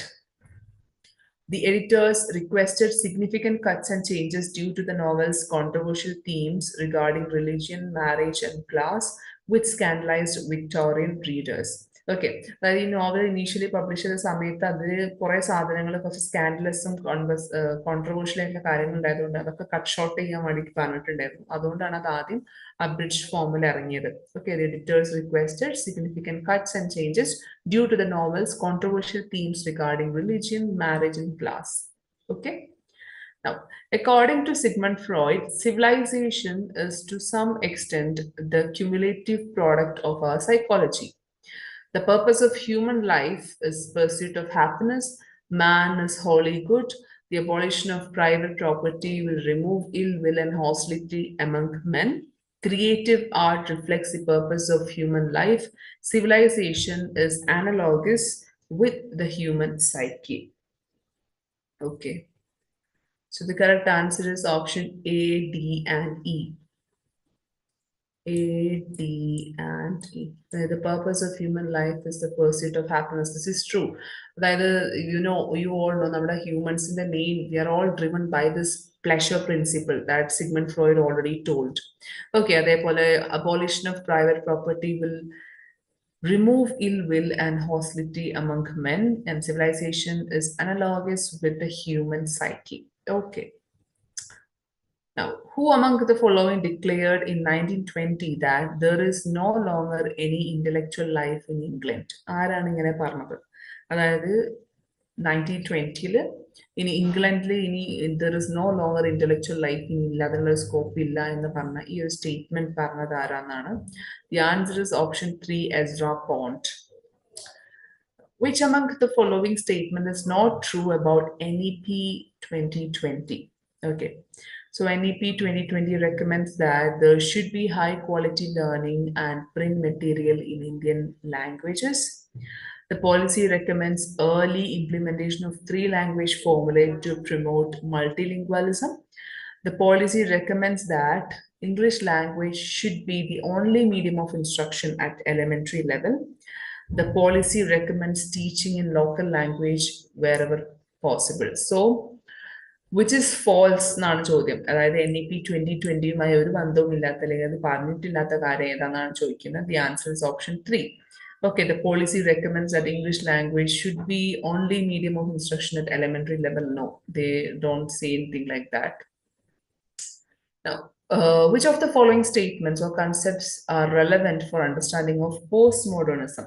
അപ്പോൾ ഇവിടെ 5 postmodernismവുമായി ബന്ധപ്പെട്ട കുറച്ച് സ്റ്റേറ്റ്മെന്റ്സ് ഇവിടെ കൊടുത്തിട്ടുണ്ട്. So, ഏതൊക്കെയാണ് which are all the statements are relevant for the understanding of postmodernism എന്നാണ് ചോദ്യം. Postmodernism and postcolonialism are mutually dependent in responding to colonial experience. Lyotard argues that the postmodern condition is characterized by a deeply felt skepticism towards meta-narratives. This is true. Then Edward Said has been instrumental in postmodern theory and criticism. That is false, because Edward Said was a critique of, he was a prominent figure of post-colonial criticism and theory. Okay, not postmodern. Jean Baudelaire's Simulacra and Simulation is a seminal postmodern text that we already discussed in another question. This is true. അതേപോലെ Frederick Jameson argues that parody has been replaced by pastiche in postmodernism. This is true. Parody, pastiche, these two concepts are by Frederick Jameson. So the correct options are B, D, and E. Yes. Now, which among the following is not a character from Jane Austen's novel Persuasion?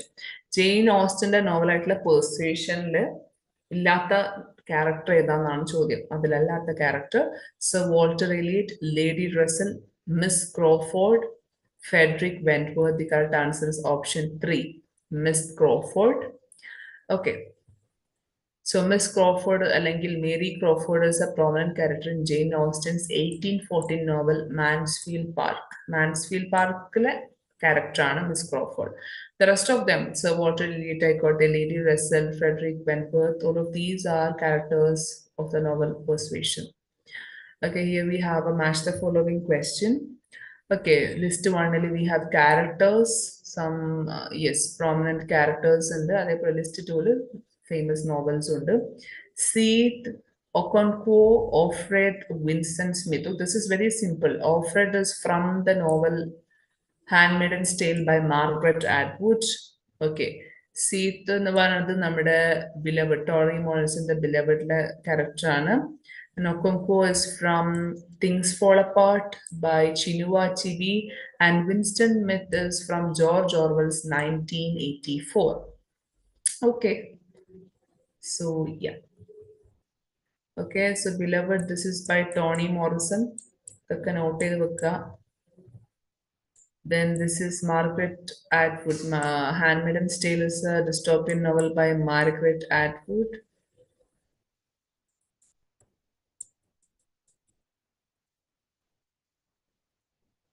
Things Fall Apart is by Achebe, Chinua Achebe. And 1984 is by George Orwell. Okay. All right. Now, identify the poet of the following poems. The Skylark, The Badger, The Gypsy Camp, First Love. Okay, so poems, this is actually the Skylark എന്ന് കാണുമ്പോൾ തന്നെ നമ്മൾ വിചാരിക്കും okay, yes, I got the answer. P.B. Shelley. Okay, P.B. Shelley? No, P.B. Shelley is incorrect. P.B. Shelleyയുടെ work to a skylark എന്നാണ്. Okay, to വെച്ചിട്ടാണ്. This is the skylark എന്നാണ്. Okay, the skylark, the badger, the gypsy camp, first love, all of these are poems by John Clare. Okay, right.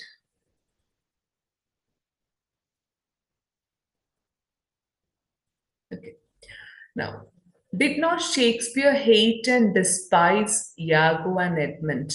Identify the book in which this question has been mentioned. Okay, Shakespeare Iagoനെയും എഡ്മണ്ടിനെയും hate ചെയ്തിരുന്നില്ലേ? ഈ ഒരു statement ഏത് പുസ്തകത്തിൽ നിന്നാണ് വന്നതെന്നാണ്. Okay, അല്ലെങ്കിൽ ഏത് പുസ്തകത്തിലാണ് ഇത് മെൻഷൻ ചെയ്തിട്ടുള്ളതാണ്. An Apology for Poetry, Kings of Norway, Full of Quality, Aspects of Poetry. എന്തായാലും it is not option 1, An Apology for Poetry. This is by Philip Sidney. കാരണം ഫിലിപ്പ് സിഡ്നി ഒക്കെ ഷേക്സ്പിയറിന്റെ ഒത്തല്ലോ എന്ന് പറഞ്ഞ പ്ലേ ഒക്കെ ഇറങ്ങുന്നതിന്റെ മുന്നേ ഉള്ള ആളാണ്. ഓക്കെ, ആൻഡ് ഈ അതിന്റെയൊക്കെ മുന്നേ പബ്ലിഷ് ചെയ്ത വർക്കാണ്. So obviously it is not 1. So the correct answer is Aspects of Poetry. Okay, which among the following writers are popular for partition narratives? Okay, ഇവിടെ കുറച്ച് റൈറ്റേഴ്സിന്റെ പേര് കൊടുത്തിട്ടുണ്ട്. ഇപ്പൊ പാർട്ടീഷൻ നോവൽസ് അല്ലെങ്കിൽ പാർട്ടീഷൻ വർക്കുകൾ എഴുതിയത് ആരൊക്കെയെന്നാണ്. കൃഷ്ണ സോപ്തി, ശശി ദേശ്പാണ്ഡെ, സരോസ് കോശി, ഭാരതി മുഖർജി, രാഹി മാസൂം രാസ. The correct answer is A, C, and E. Okay, Krishna Sopti, Saros Kouachi, and Rahi Masum Raza. These are partition novel and partition narratives in the writers are. Okay. So Krishna Sopti, a legendary Hindi writer whose magnum opus, even the famous work ആണ് Zindagi Nama. Okay, Zindagi Nama. Okay, it's a profound portrayal of life in pre-partition Punjab and subsequent laws of displacement. So the note is Zindagi Nama and one play work by Krishna Sopti. Then we have Saros Koshi, an Indian-Canadian novelist and critic known for works like Orphans of the Storm, Stories on Partition of India. Okay, even partition work edited, the famous Orphans of the Storm, Stories on the Partition of India. And Rahi Mazum Raza, best known for his classic novel Ada Gaon, A Village Divided. Okay, ഇതാണ് അവരുടെ partition novel. Okay, so ഇവരുടെ ഈ പേരുകൾ not ചെയ്ത് വെക്കുക, അവരുടെ വർക്ക്സുകൾ not ചെയ്യാം. Okay, now, okay, question number 38. The essay Discourse in the novel. Okay, the essay Discourse, this is very famous work. The essay Discourse in the novel discusses that novel is constituted by a multiplicity of divergent and contending social voices. Who is the author of this essay? The answer is Mikhail Bakhtin. Okay, അദ്ദേഹത്തിന്റെ വർക്കാണ് discourses in the novel. Now, text. Okay, here we have some works and authors in the list too. The Collaborator, The Garden of Solitude, The Role of Honor, The Half Mother. Okay, so this is the correct matched. Okay, The Collaborator, it is a work by Mirza Wahid. The Garden of Solitude is a work by Siddhartha Gigo. Role of Honor, it's a work by Amandeep Santhu. And The Half Mother, it's a work by Shahnaz Bashir. Okay. Now choose the correct option in the light of the following statement. The fact that I am a black working class man will determine my worldview just as much and perhaps far more than I consciously learn in the domain of ideas. Okay, so ഈ ഒരു സ്റ്റേറ്റ്മെന്റുമായി ബന്ധപ്പെട്ടതിന് correct options choose ചെയ്യാനാണ്. Okay, the fact that I'm a black working class man will determine my worldview just as much, and perhaps far more than I consciously learn in the domain of ideas. Okay, so ഇതുമായി ബന്ധപ്പെട്ട correct statements നോക്കാനാണ് option എയില് the man is capable of making free choices in the sphere of intellectual and moral in the sphere of intellection and morality. Then the unconscious determines human thought and behavior. Man is condemned to be free. We bear a form of otherness within ourselves. We can no longer talk unequivocally of a writer's intention. The correct option is B, D, and E. Okay? B, D, and E. The unconscious determines human thought and behavior. We bear a form of otherness within ourselves. We can no longer talk unequivocally of a writer's intention. Okay. Now, given below are two statements, statement 1 and statement 2. Okay. So statement 1 endana, A Room of One's Own is a feminist essay about women's education, exclusion, and writing by Virginia Woolf. It's true. Statement 2, In Other Worlds is a collection of essays written by Edward Said on contemporary ideas such as psychoanalysis and social theory. This is incorrect. നമ്മൾ already ഇത് കുറേ പ്രാവശ്യം discuss ചെയ്തിട്ടുണ്ട് question paper അനാലിസിസിൽ. In other words actually this is a work by Gayatri Spivak. Okay, Gayatri സ്പൈവാക്കിന്റെ വർക്കാണ്. Okay, so both statement 1 and 2 are true? No. Both statement 1 and 2 are false? No. Statement 1 is true, but 2 is false. This is the correct answer, option 3. Okay. So, yeah. In Other Worlds, subtitled Essays in Cultural Politics, it's a book by the renowned literary theorist Gayatri Chakravarti Spivak. Okay. So it explores Marxist feminism, deconstruction, subaltern studies, rather than Said's typical focus on post-colonialism and Orientalism. Okay. Now, given below are two statements. One is labeled as assertion and the other is labeled as reason. Toni Morrison and Adriana Rich have contributed to a distinctive style. Okay? That is the statement. And the reason I told you feminism, Adriana Rich observed, is field where subjectivity and politics have to come together in the most natural way. Okay. Both A and R are correct, and R is correct explanation of A. Let's look at the answer. Yes, the correct answer is option 2. Both A and R are correct, but R is not the correct explanation of A. ഈ രണ്ട് സ്റ്റേറ്റ്മെന്റും true ആണെന്നാണ്, പക്ഷേ ഈ reason ആയിട്ട് പറഞ്ഞ statement അല്ല ഇതിന്റെ reason. Okay,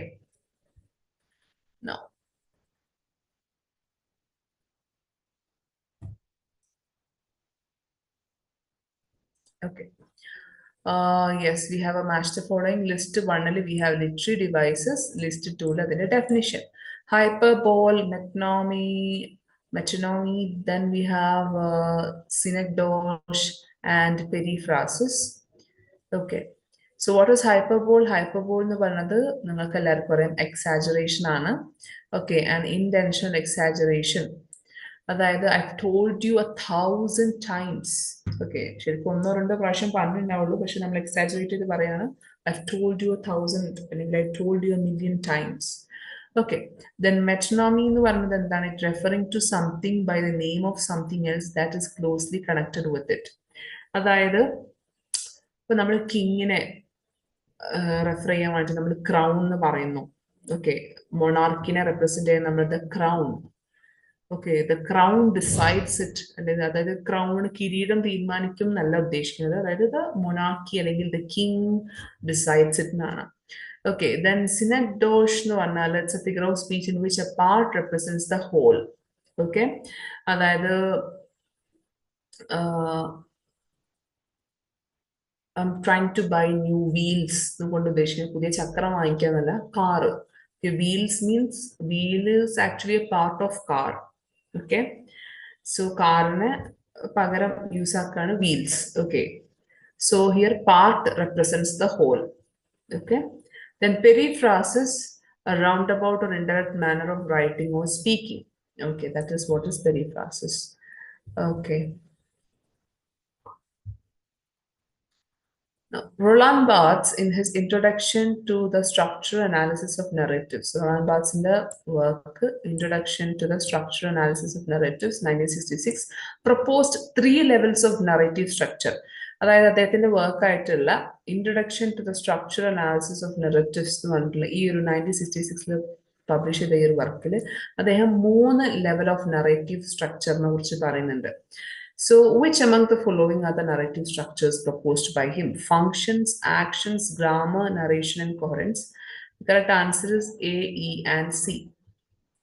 Either functions,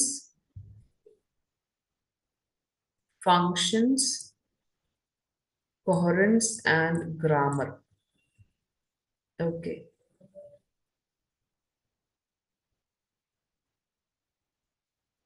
Now, wait a second.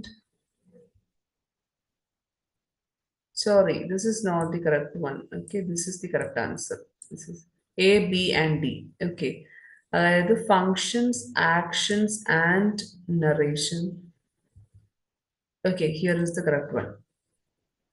Okay, functions, actions, and narration. These 3 are the, narrative structure. Okay, these, okay. Grammar and coherence, they are both incorrect options. Okay, now arrange the following in the chronological order of the date. Okay, Chitra Banerjee Divakaruni is the Mistress of Spices. Then Anand Giridhara's India Calling. Okay, Anand Giridhar Das. Okay, then V.S. Naipaul's India, A Wounded Civilization.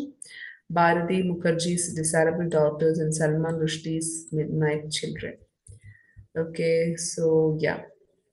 India, A Wounded Civilization by V.S. Naipaul. This came around in 1977. Midnight Children, 1981.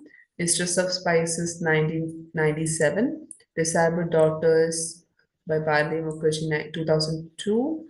India Calling by Giridas, Anand Giridhar Das came around in 2011. So this is the chronological order. C, B, A, D, B. Okay. Now identify the correct options in the theorization of nation by Homi K. Bhabha. Homi K. Bhabhയുടെ nation നറേഷനിൽ അദ്ദേഹം നേഷനെ കുറിച്ചുള്ള നേഷനുമായി ബന്ധപ്പെട്ടുള്ള പല കാര്യങ്ങളും പറഞ്ഞിട്ടുണ്ട്. Nation arises from similarities among people. Nationalist representation is defined by ambivalence. Nationalist representation engages with 2 contradictory modes of representation. Nationalist discourses are split by a disruptive double narrative movement. Nation is a stable and fixed category. The correct answer is B, C, and D. Okay.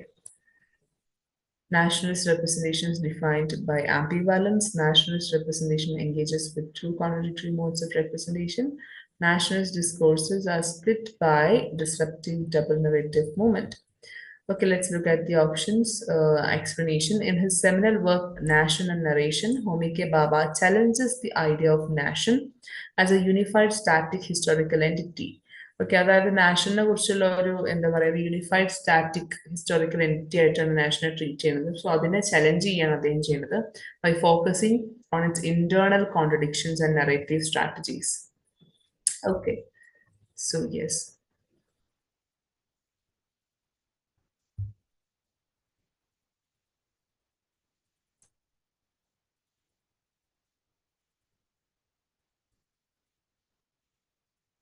Okay. Now, arrange the chronological sequence in which the following works were published: Culture and Society, Culture and Anarchy, To the Hell with Culture, Studies in Dying Culture, Notes Towards Definition of Culture. Now, Culture and Society, Culture and Anarchy, Culture and Society, this is a work by Raymond Williams. Culture and Anarchy, this is a work by uh, Matthew Arnold. Then Notes Towards the Definition of Culture. This is by T.S. Eliot. Okay. So yeah. Culture and Anarchy. This came around in 1869 by Matthew Arnold. Then Studies in a Dying Culture by Christopher Caldwell. It came around in 1938. To Hell with Culture 1941 by Herbert Reed. Then Notes Towards Defining Culture. This is a work by T.S. Eliot, 1948. And Culture and Society, 1958 by Raymond Williams. So this is the order. Okay.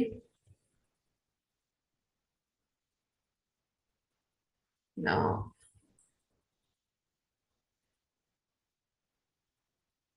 okay. Arrange the following in the chronological order of dates of publication. Michel Foucault, The Order of Things. M.K. Gandhi, Hind Swaraj or the Indian Home Rule.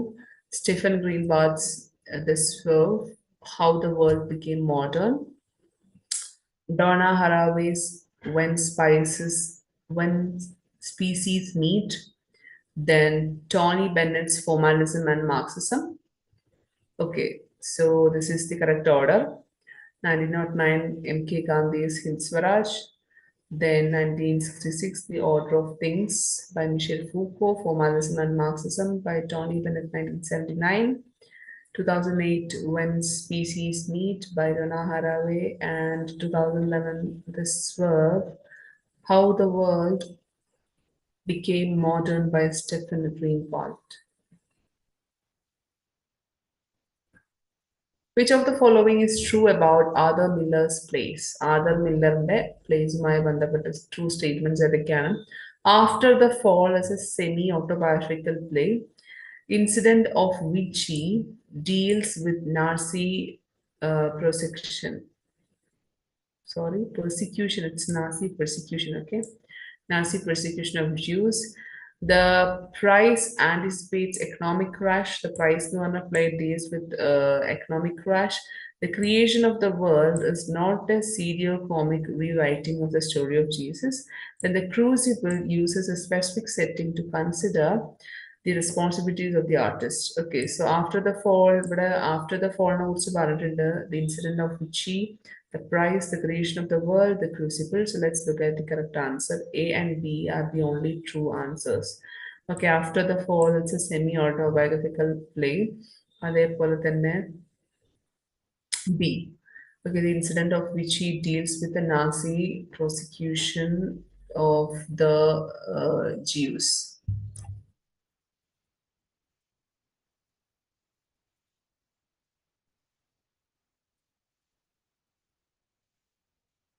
This is true. These two are true.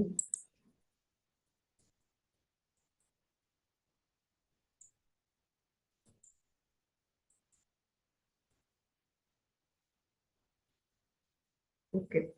So what you have to do is you have to note all these plays. Okay, the price, the creation of the world, the crucible. These are other plays by him. All of these are his plays. Okay.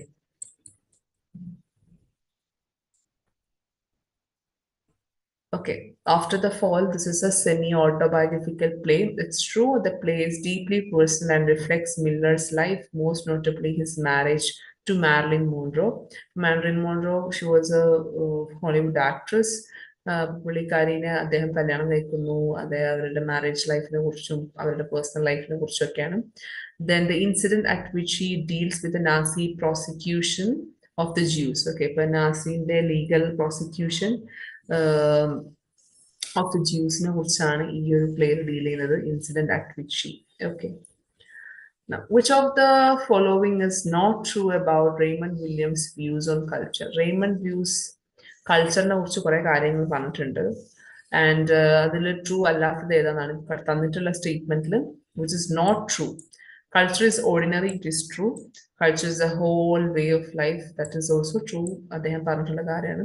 The masses do not participate in the creation of cultural values, that is wrong. So this is the correct answer. Option 3 is the correct one. Okay. And there exists at least 3 layers of a culture at a given in point of time in a society: dominant, residual, and emergent. This is also true. Okay, so the correct option is option 3. Okay, this is incorrect statement. Raymond Williams strongly believed that culture is created by everyone, not just an elite minority. He actively critiqued the idea of passive mass consumption and argued that ordinary people play an active role in shaping cultural values.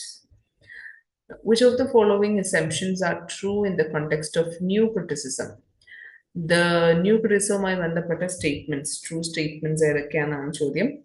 The new movement in literature popularized close reading of text. The leading critiques of new criticism are Alan Tate, Robert Penn-Warren, R.P. Blackburn, Kenneth Burke. Then the critical approach is extensively used in the study of novels and plays. No, poetry ലായിരുന്നു കാര്യമായിട്ട് അവരത് നോക്കിയിരുന്നത്. This critical approach tends to discredit historical, social, and political context of a work of literature. J.C. Ransom published a book, New Criticism, wherein he appreciates I. Richards, William Emerson, and T.S. Eliot. Actually, J.C. Ransom, he wrote a book, New Criticism. That is true, but he is not appreciating them, rather a critical approach അവരുടെ വർക്ക്സിനെ കുറിച്ച്. So, E is incorrect. So, the correct options are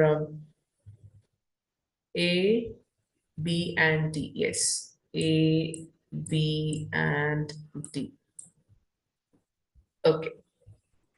So new criticism it was a formalist movement in literary theory that dominated American literary criticism in mid-20th century.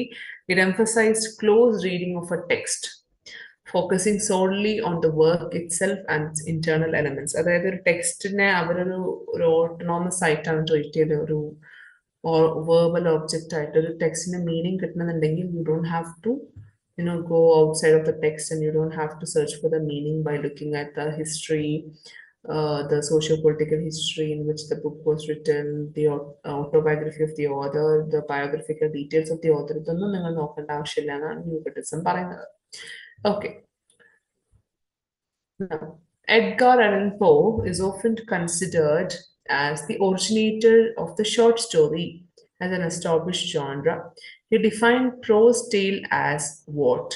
Okay, so Edgar Allan Poe is considered as the originator of short story. Okay, അല്ലെങ്കിൽ short story എന്ന് പറഞ്ഞ genre തുടങ്ങി വെച്ചത് അദ്ദേഹം ആണെന്നാണ് പറയുന്നത്. And how does he define the prose tale? A narrative which can be read at one sitting of from half an hour to 2 hours, a narrative which can be read within 5 minutes or less, a narrative that can be read at one sitting from 1 hour to 4 hours, a narrative that may be concluded and enjoyed in a single spell of less than half an hour. Okay, so എന്താണ് അദ്ദേഹത്തിന്റെ definition of prose tale നോക്കാം. The correct answer is option 1. A narrative which can be read at one sitting of from half an hour to 2 hours. അരമണിക്കൂർ മുതൽ 2 മണിക്കൂർ വരെ ഒറ്റ ഇരുത്തത്തിൽ നമുക്ക് വായിച്ചു തീർക്കാൻ പറ്റുന്ന ടൈപ്പ് ഓഫ് സ്റ്റോറീസ് അല്ലെങ്കിൽ നറേറ്റീവ് ആണ് പ്രോസ് ടെയിൽ എന്ന് പറഞ്ഞാൽ. Now, in Antonio Gramsci's definition of intellectual, which is the correct option? Okay, Antonio Gramsci gave a definition for intellectual. അതിൽ ഏതാണ് correct എന്നാണ്. Every social group joining the world of production creates organically a strata of intellectuals. Intellectuals give homogeneity and awareness of a social group's function in all the fields. Intellectuals do not work for consolidating the power of a social group. The category of ecclesiastics is organically bound to bourgeois. The monopoly held by ecclesiastics in the superstructural domain was not excised without contestation. The correct answer is A, B, and E. This statement is true. This is also true. And this is also true. Okay. Okay.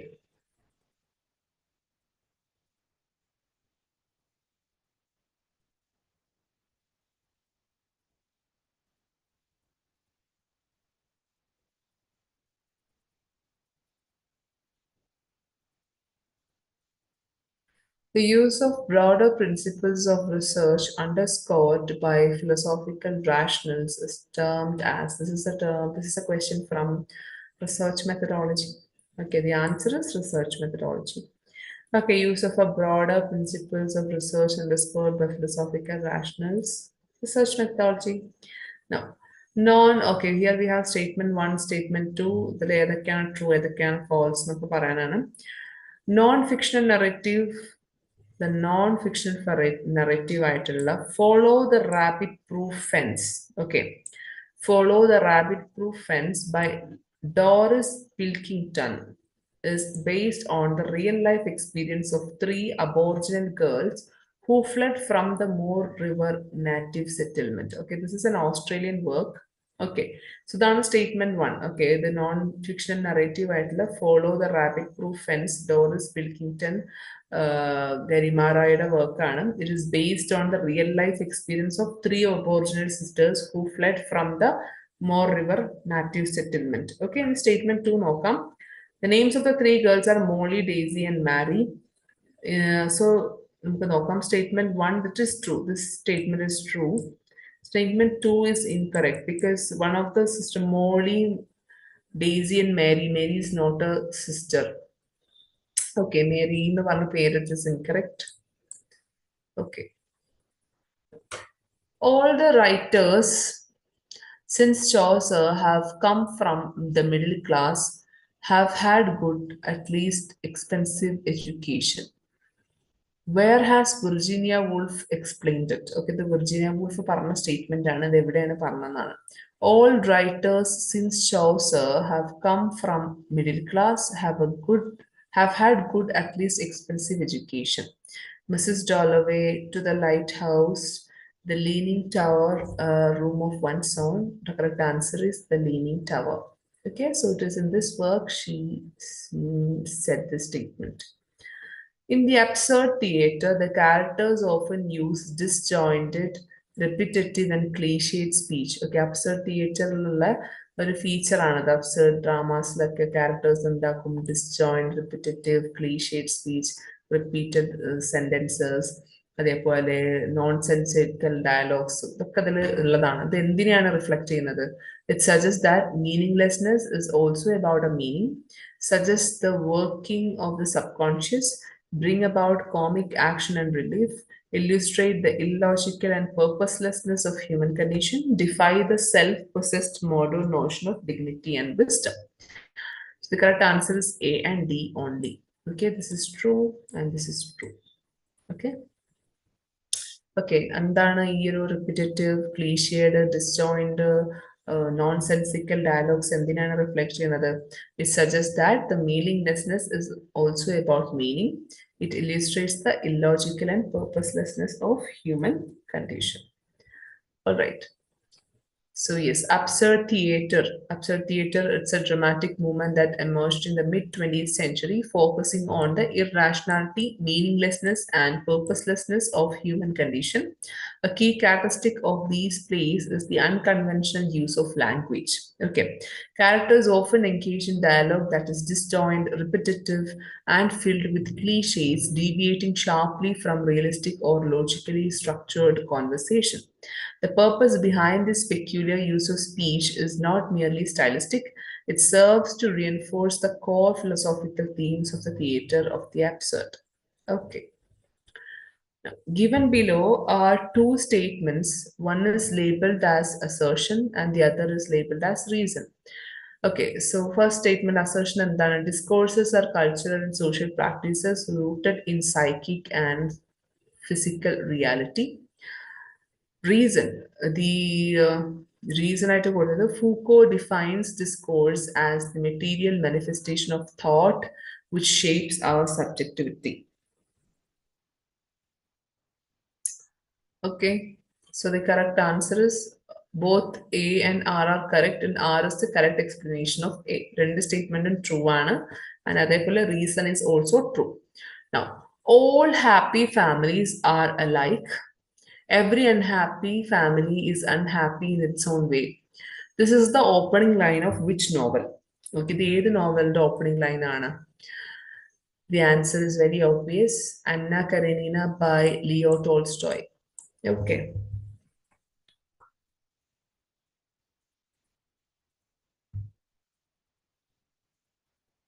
Okay. Anna Karenina, Leo Tolstoy, Anna Karenina, തുടക്കത്തിലുള്ള opening lines ആണത്. All happy families are alike. Every unhappy family is unhappy in its own way.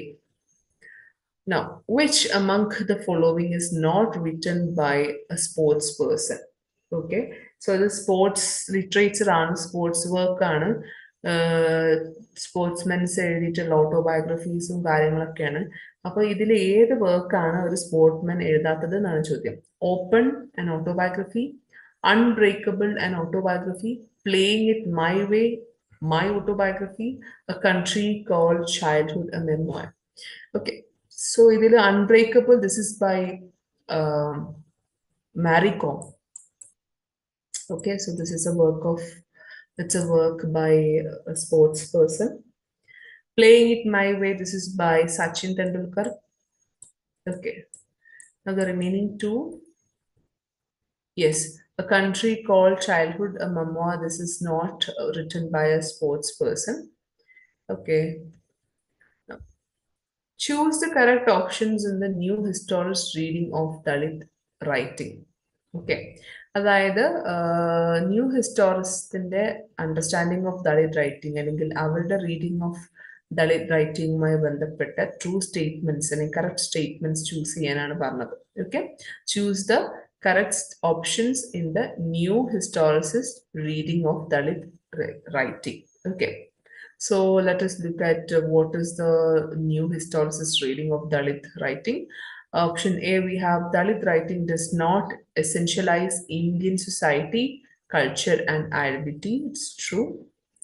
Dalit writing has inflected the immanent meta-narratives. There is no single location of Dalit writing. Dalit writing is only a political category. Dalit writing is not grounded in history. The correct option are A, B, and C. Okay, now let's look at the explanation. Dalit writing does not essentialize Indian society, culture, and identity. Okay, so ഇതാണ് new historicism. Dalit writing does not essentialize Indian society, culture, and identity. New historicism rejects fixed monolithic identities. Okay, so new historicism എന്താണ്? It rejects fixed monolithic identities. Dalit writing often challenges the idea of a single essential Indian identity. Okay, അതാണ് Dalit writing അത് support ചെയ്യണം അല്ലെങ്കിൽ challenge ചെയ്യാണ് ചെയ്യുക. അതായത് there is no such thing like unique അല്ലെങ്കിൽ monolithic identity അല്ലെങ്കിൽ ഒരു സിംഗിൾ ഇന്ത്യൻ ഐഡന്റിറ്റി എന്ന് പറഞ്ഞ സംഭവമില്ല. Okay, by highlighting the marginalized perspectives. So this is true. Then option B, Dalit writing has inflected the immanent meta-narratives. Yes, Dalit literature subverts and challenges the dominant historical and cultural meta-narratives such as the Varna system or mainstream nationalist histories by introducing small stories and lived experiences.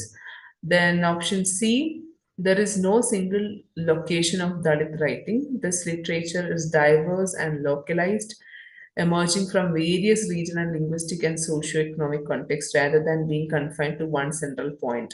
Okay. അതായത് single location ഇല്ല എന്നാണ്, അതായത് പല diverse ആണ്. Okay, Then option D and E are incorrect. Dalit writing is only a political category. This is incorrect because Dalit writing is deeply political.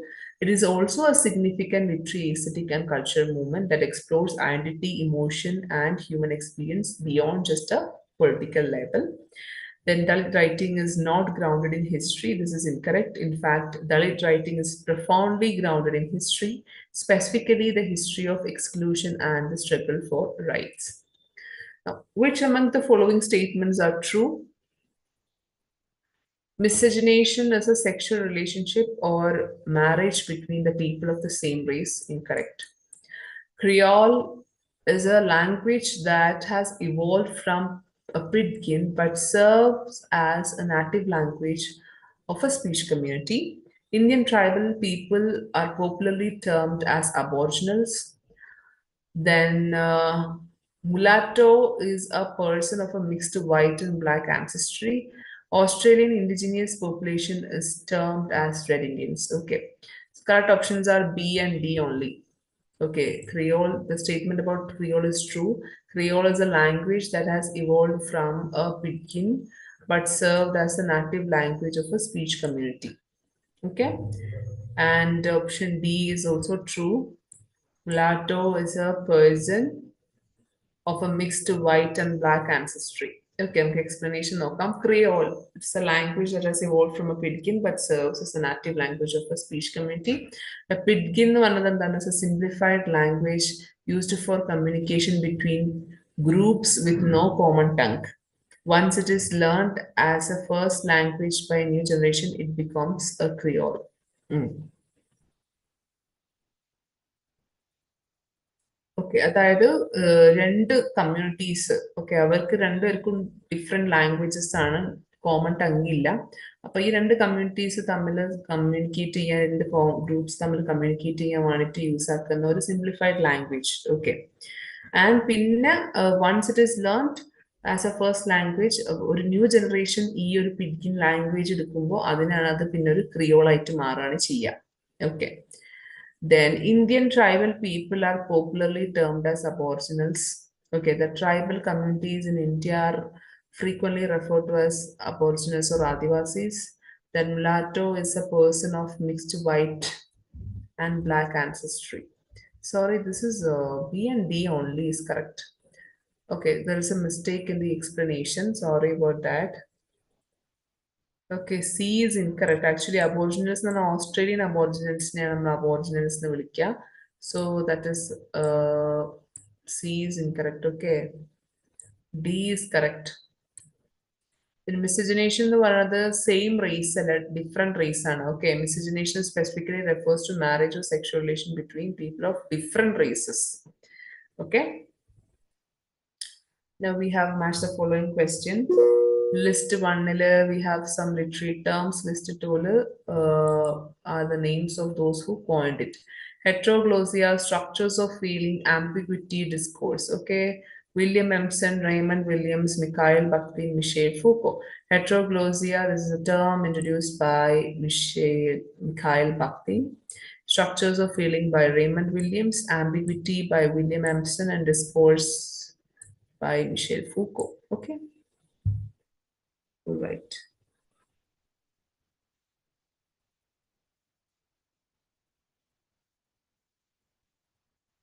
Okay.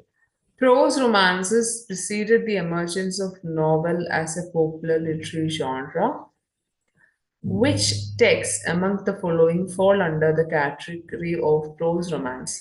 Okay, അതായത് നോവലിന്റെ മുന്നേ first ഉണ്ടായിരുന്നത് ഫസ്റ്റ് ലിറ്ററി ജോൺറ ആയിട്ട് വന്നത് പ്രോസ് romance ആണ് അപ്പൊ ഈ കൊടുത്തിട്ടുള്ളവയില് ഒരു പ്രോസ് റൊമാൻസിന്റെ എക്സാമ്പിൾ ഏതായിരിക്കും എന്നാണ് ചോദ്യം okay so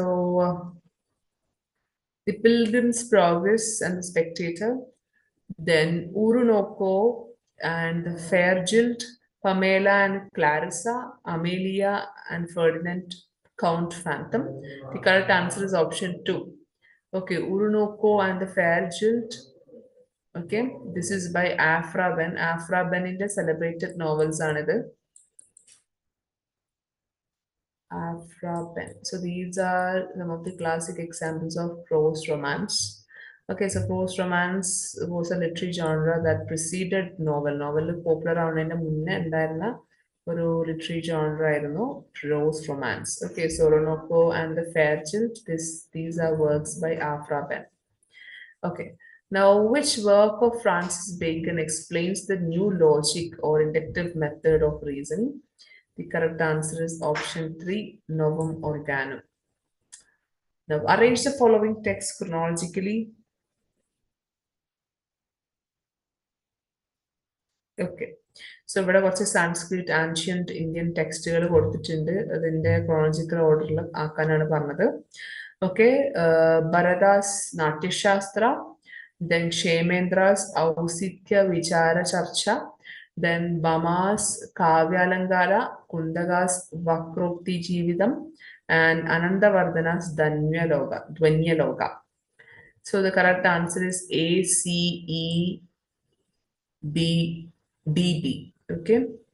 A comes first, C comes second, E comes third, and D comes fourth, and B at last. Okay. And fifth one is B. Okay. All right.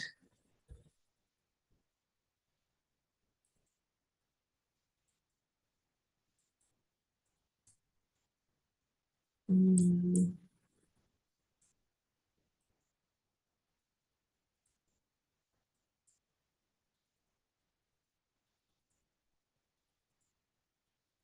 think someone is playing with the. Okay.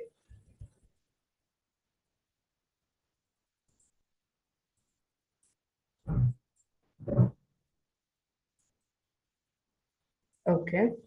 So culture is one of the two or three most complicated words in English language. Okay, here we have an assertion statement. Okay, culture എന്ന് പറയുന്നത് English ലാംഗ്വേജിൽ one of the most complicated ആയിട്ടുള്ള ഒരു വേർഡാണ് culture. അതിന്റെ reason എന്ന് പറയുന്നത് this is mainly because of several different though related meanings have emerged at particular moments throughout its long history. So both the statement A and R are true, and R is the correct explanation of A. This is the correct answer. Now, which of the following statement best describe Anna Karenina's situation and worldview? Okay, തന്നിട്ടുള്ള സ്റ്റേറ്റ്മെന്റ്സിൽ നിന്ന് Anna Karenina you all know നമ്മുടെ Leo ടോൾസ്റ്റോയുടെ ക്യാരക്ടറാണ് Leo ടോൾസ്റ്റോയുടെ നോവലാണ് അതിലുള്ള ക്യാരക്ടറാണ് Anna Karenina main character protagonist okay so പുള്ളിക്കാരിയുടെ വേൾഡ് വ്യൂ അതേപോലെ അവരുടെ സിറ്റുവേഷനെ ബെസ്റ്റ് ഡിസ്ക്രൈബ് ചെയ്യുന്ന സ്റ്റേറ്റ്മെന്റ് ഏതൊക്കെയാണ് Anna is deeply committed to family and children Anna's choices were more an outcome of passion and instinct. Anna accepted the exile to which she was condemned. Anna's passionate spirit and determination to live life at her own terms make her so unique. She became a victim of rampant patriarchal forces. So let's look at the answer. Okay. A, D, and E. Okay. Anna is deeply committed to the family and children.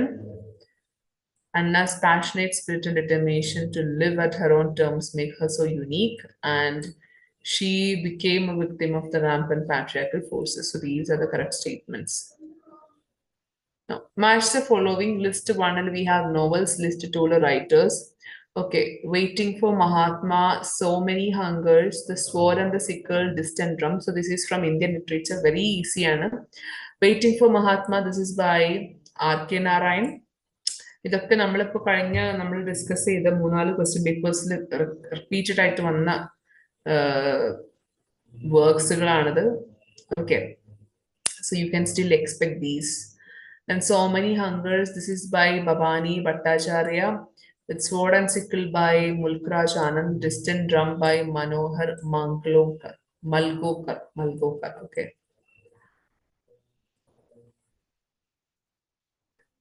Okay. Now, what among the following is not true about Anna Karenina? Anna Karenina നോവലുമായി relate ചെയ്തിട്ട് true അല്ലാത്തത് അല്ലെങ്കിൽ false statements ഏതൊക്കെയാണെന്നാണ്. The novels was published in 1872. The novel is written in 8 parts. It tells the story of two major characters, Anna and Konstantin Levin. Then the novel is revolutionary in its treatment of women. Okay, which among the following is not true? ഏതോ ഒരു statement ആണ് not true about Anna Karenina. The answer is option one. The novel was published in 1872. That is wrong. The novel was actually published in 1878. ബാക്കിയെല്ലാം correct ആണ്. ഈ നോവലിന് 8 part ഉണ്ട്. അതേപോലെ it tells the story of two major characters, Anna and Konstantin Levin. The novel is revolutionary in its treatment of women. Now, identify the correct order of the publications given below.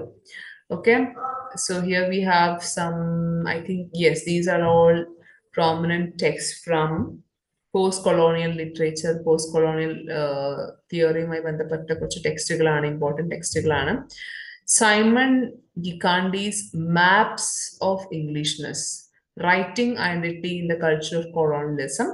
Then Franz Fanon's The Wretched of the Earth, Homi K. Bhabha, Nation and Narration, Ernest Gellner's Nation and Nationalisms, Robert Young's Colonial Desire, Hybridity in Theory, Culture and Race.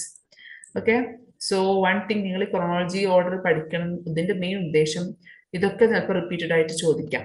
Means ഇപ്പോൾ Simon ഗിക്കാണ്ടിന്റെ maps of Englishness match the ഫോളോയിങ്ങിൽ ഈ വരുന്ന സെഷനിൽ ചോദിക്കാം. So please note all these works. Okay, if you have never, ഇത് നിങ്ങൾ മുമ്പ് നിങ്ങൾ പ്രീവിയസ്ലി നിങ്ങൾ ഇങ്ങനെ ഒരു പോസ്റ്റ് കൊളോണിയൽ ടെക്സ്റ്റിന്റെ പേര് നിങ്ങൾ കേട്ടിട്ടില്ല എന്നുണ്ടെങ്കിൽ take a pen, note it down. Okay, so that's how you do it. That is the entire point of previous year question paper solving. Okay, all right, so ഇതൊക്കെ ഇതിൽ നിങ്ങൾക്ക് അറിയാതെ ഇപ്പോൾ ഫ്രാൻസ് ഫാനന്റെ വർക്കും ഹോമി കെ ബാബ ഇതൊക്കെ നമുക്ക് അറിയുന്നതാണ്. These are some very popular post colonial text. പക്ഷെ സൈമൺ ഗിക്കാണ്ടിയുടെ ഈ മാപ്സ് ഓഫ് ഇംഗ്ലീഷ്നെസ്, ഏർണസ്റ്റ് ഗെല്ലേഴ്സ് ഇതൊക്കെ ചിലപ്പോൾ നിങ്ങൾ കേട്ടിട്ടുണ്ടാവില്ല. So note this down. So ഇതിന്റെ chronology order BDCEA. Okay. Franz Fanon's The Wretched of the Earth, 1961. Ernest Geller's Nationalism, 1983. Then Homi K. Bhabha's National Narration, 1990. Simon Gikandi's Maps of Englishness, 1992. And Robert Young's The Colonial Desire, 1995. Now, name the author or writer who is not associated with British cultural studies. Okay, British cultural studies in the ഗ്രൂപ്പിൽ ഇല്ലാത്ത അല്ലെങ്കിൽ അതുമായി associated അല്ലാത്ത ആളാരാണെന്നാണ് ചോദ്യം. Richard Hoggart, Raymond William, Stuart Hall. This is very, and the answer is very obvious. നമുക്ക് പെട്ടെന്ന് കിട്ടും. Okay, because the answer is Richards. Richards ഈ ഗ്രൂപ്പിലില്ലാത്ത ആളാണ്. Richards was actually connected to or is associated with practical criticism അല്ലെങ്കിൽ new criticism. Okay, totally different ആയിട്ടുള്ള ഒരു area ആണ് പ്രാക്ടിക്കൽ ക്രിറ്റിസിസം. Okay, indicate. ഇപ്പൊ ഇവരെ കുറിച്ച് പറയുകയാണെന്നുണ്ടെങ്കിൽ ബാക്കി 3 പേര്, റിച്ചാർഡ് ഹൊഗാർഡും റെയ്മണ്ട് വില്യംസും സ്റ്റുവർട്ട് ഹോളും, ഇവരെല്ലാവരും ബ്രിട്ടീഷ് കൾച്ചർ സ്റ്റഡീസിന്റെ പ്രോമിനന്റ് ഫിഗേഴ്സ് ആയിരുന്നു. Okay, especially the Birmingham University ഉണ്ടായിരുന്ന the Center for Cultural Studies. Okay, now indicate the correct chronological order of the following, order of publication of the following literary works. Okay, if idum chronological order il kodukkanana. Okay, we have okay, Beowulf, Divina Commedia, Summa Theologica, Le Mordiata, Canterbury Tales. Okay, so either this is നമ്മുടെ old English ഉണ്ട്, middle English എല്ലാം ഉണ്ട്. Okay, very old ടെക്സ്റ്റുകളാണ്. Okay, medieval ടെക്സ്റ്റുകളൊക്കെയാണ് ഇതിലുള്ളത്. So ഇതിൽ എന്തായാലും Beowulf comes first because it's an old English text. Okay, so A comes first. അപ്പം A ഫസ്റ്റ് വരുന്ന ഓപ്ഷൻ ഉണ്ടോ നോക്കുക. Yes, this is the correct answer. ACBED. Okay, all right. Okay, so Beowulf, it's an old English epic composed between 8th 11th century. And we have Summa Theologica by Thomas Aquinas, written between 1265, 1274. Then Divina Commedia. This is by Divine Commedia by Dante, 1308, 1320. Canterbury Tales, 1387 to 1400s, and Le Morte Arthur by Sir Thomas Malory, published in 1485. Okay, so that is the correct order. Okay. Now, a portmanteau. Okay, what is a portmanteau? എന്താണ് portmanteau എന്നാണ് ചോദ്യം. A word which sounds the same but have different meanings. Okay. A word that results from blending two or more words or part of words. Creation of new words without reference to the existing morphological resources. Copying a word that originally belonged to one language into another language. The correct answer is option 2. ഇപ്പം ഞാൻ question paper ഡിസ്കഷനിൽ പോർട്ട്മെന്റ്യൂനെ കുറിച്ച് നമ്മൾ match the ഫോളോയിങ്ങിൽ ഉണ്ടായിരുന്നു. അതേപോലെ അല്ലാതെ തന്നെ ഞാൻ mention ചെയ്തിട്ടുണ്ടായിരുന്നു വാട്ട് ഇസ് എ പോർട്ട്മെന്റ്യൂ. പോർട്ട്മെന്റ്യൂ വേർഡ് എന്ന് പറഞ്ഞാൽ ബ്ലെൻഡ് വേർഡ്സ് ആണ്. രണ്ട് വേർഡുകൾ കൂടി ചേരുന്ന. Okay, A word that results from blending two or more words or parts of words. ഒരു എക്സാമ്പിൾ ഞാൻ പറയാം. ബ്ലാക്ക് ബോർഡ്, ബ്ലാക്ക് ബോർഡ്, ഇത് രണ്ടും കൂടെ കമ്പൈൻ ചെയ്തിട്ട് blackboard. Breakfast, breakfast, break plus fast, breakfast. Okay, so these are examples of portmanteau words. മനസ്സിലായ blend words combine ചെയ്യുന്ന. അതേപോലെ smog, smog,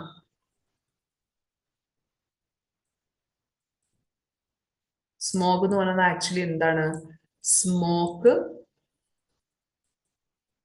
plus fire. Okay, so yeah, that is portmanteau word. Blend words എന്ന് പറയുന്നതിന് വേറെ വിളിക്കുന്ന പേരാണ് blend.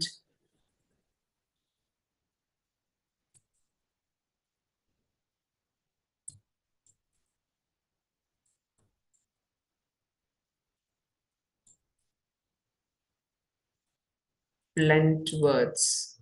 Okay, now which two cities are referred in Charles Dickens' A Tale of Two Cities? Charles Dickens in the novel ആയിട്ടുള്ള Tale of Two Cities mention ചെയ്തിട്ടുള്ള two cities. So this is very, ഇതൊക്കെ ആർക്കും easy ആയിട്ട് guess ചെയ്യാൻ പറ്റും, അറിയുന്ന answer ആണ് അല്ലെ. Tale of Two Citiesന്റെ ഓപ്പണിംഗിൽ തന്നെ ഇറ്റ്സ് അബൌട്ട് two cities. ഏതൊക്കെയാണ്? London and Paris. Okay. Now, which among the following writers remark that I know of no more encouraging fact than the unquestionable ability of man to elevate his life by a conscious endeavor? Okay, ഈ statement പറഞ്ഞത് ആരാണെന്നാണ് ചോദ്യം. The correct answer is Henry David Thoreau. Okay. Now, which of the following assertions is or are not true in the context of culture industry? Culture industry മായി ബന്ധപ്പെട്ട true അല്ലാത്ത statements ഏതൊക്കെയാണെന്നാണ്. The term culture industry was used by Frankfurt School to describe operations of mass media. Yes, the dominant capitalist class instills its values and beliefs in the minds of working class people. The dominant capitalist class instills its values and beliefs in the minds of working class people. The word industry signifies the production of cultural products for mass consumption. The authentic culture arising from working class is preserved and protected. The mass culture thus produced induces activism and critical thinking among youth. The answer is very obvious. D and E are the correct answers. D and E, these two statements are actually false about culture industry. Okay, so culture industry in one year term, the rest of it is true. The term culture industry, it was used by Frankfurt School. Frankfurt School ആരാണ് ഇത് coin ചെയ്തത്? നമ്മുടെ marks ഒക്കേമിയർ and Theodore അഡോണോ. Okay, ഇവർ രണ്ടുപേരും കൂടെ dialectic of imagination, dialectic of intellectual. Sorry, let me check it. Wait a second.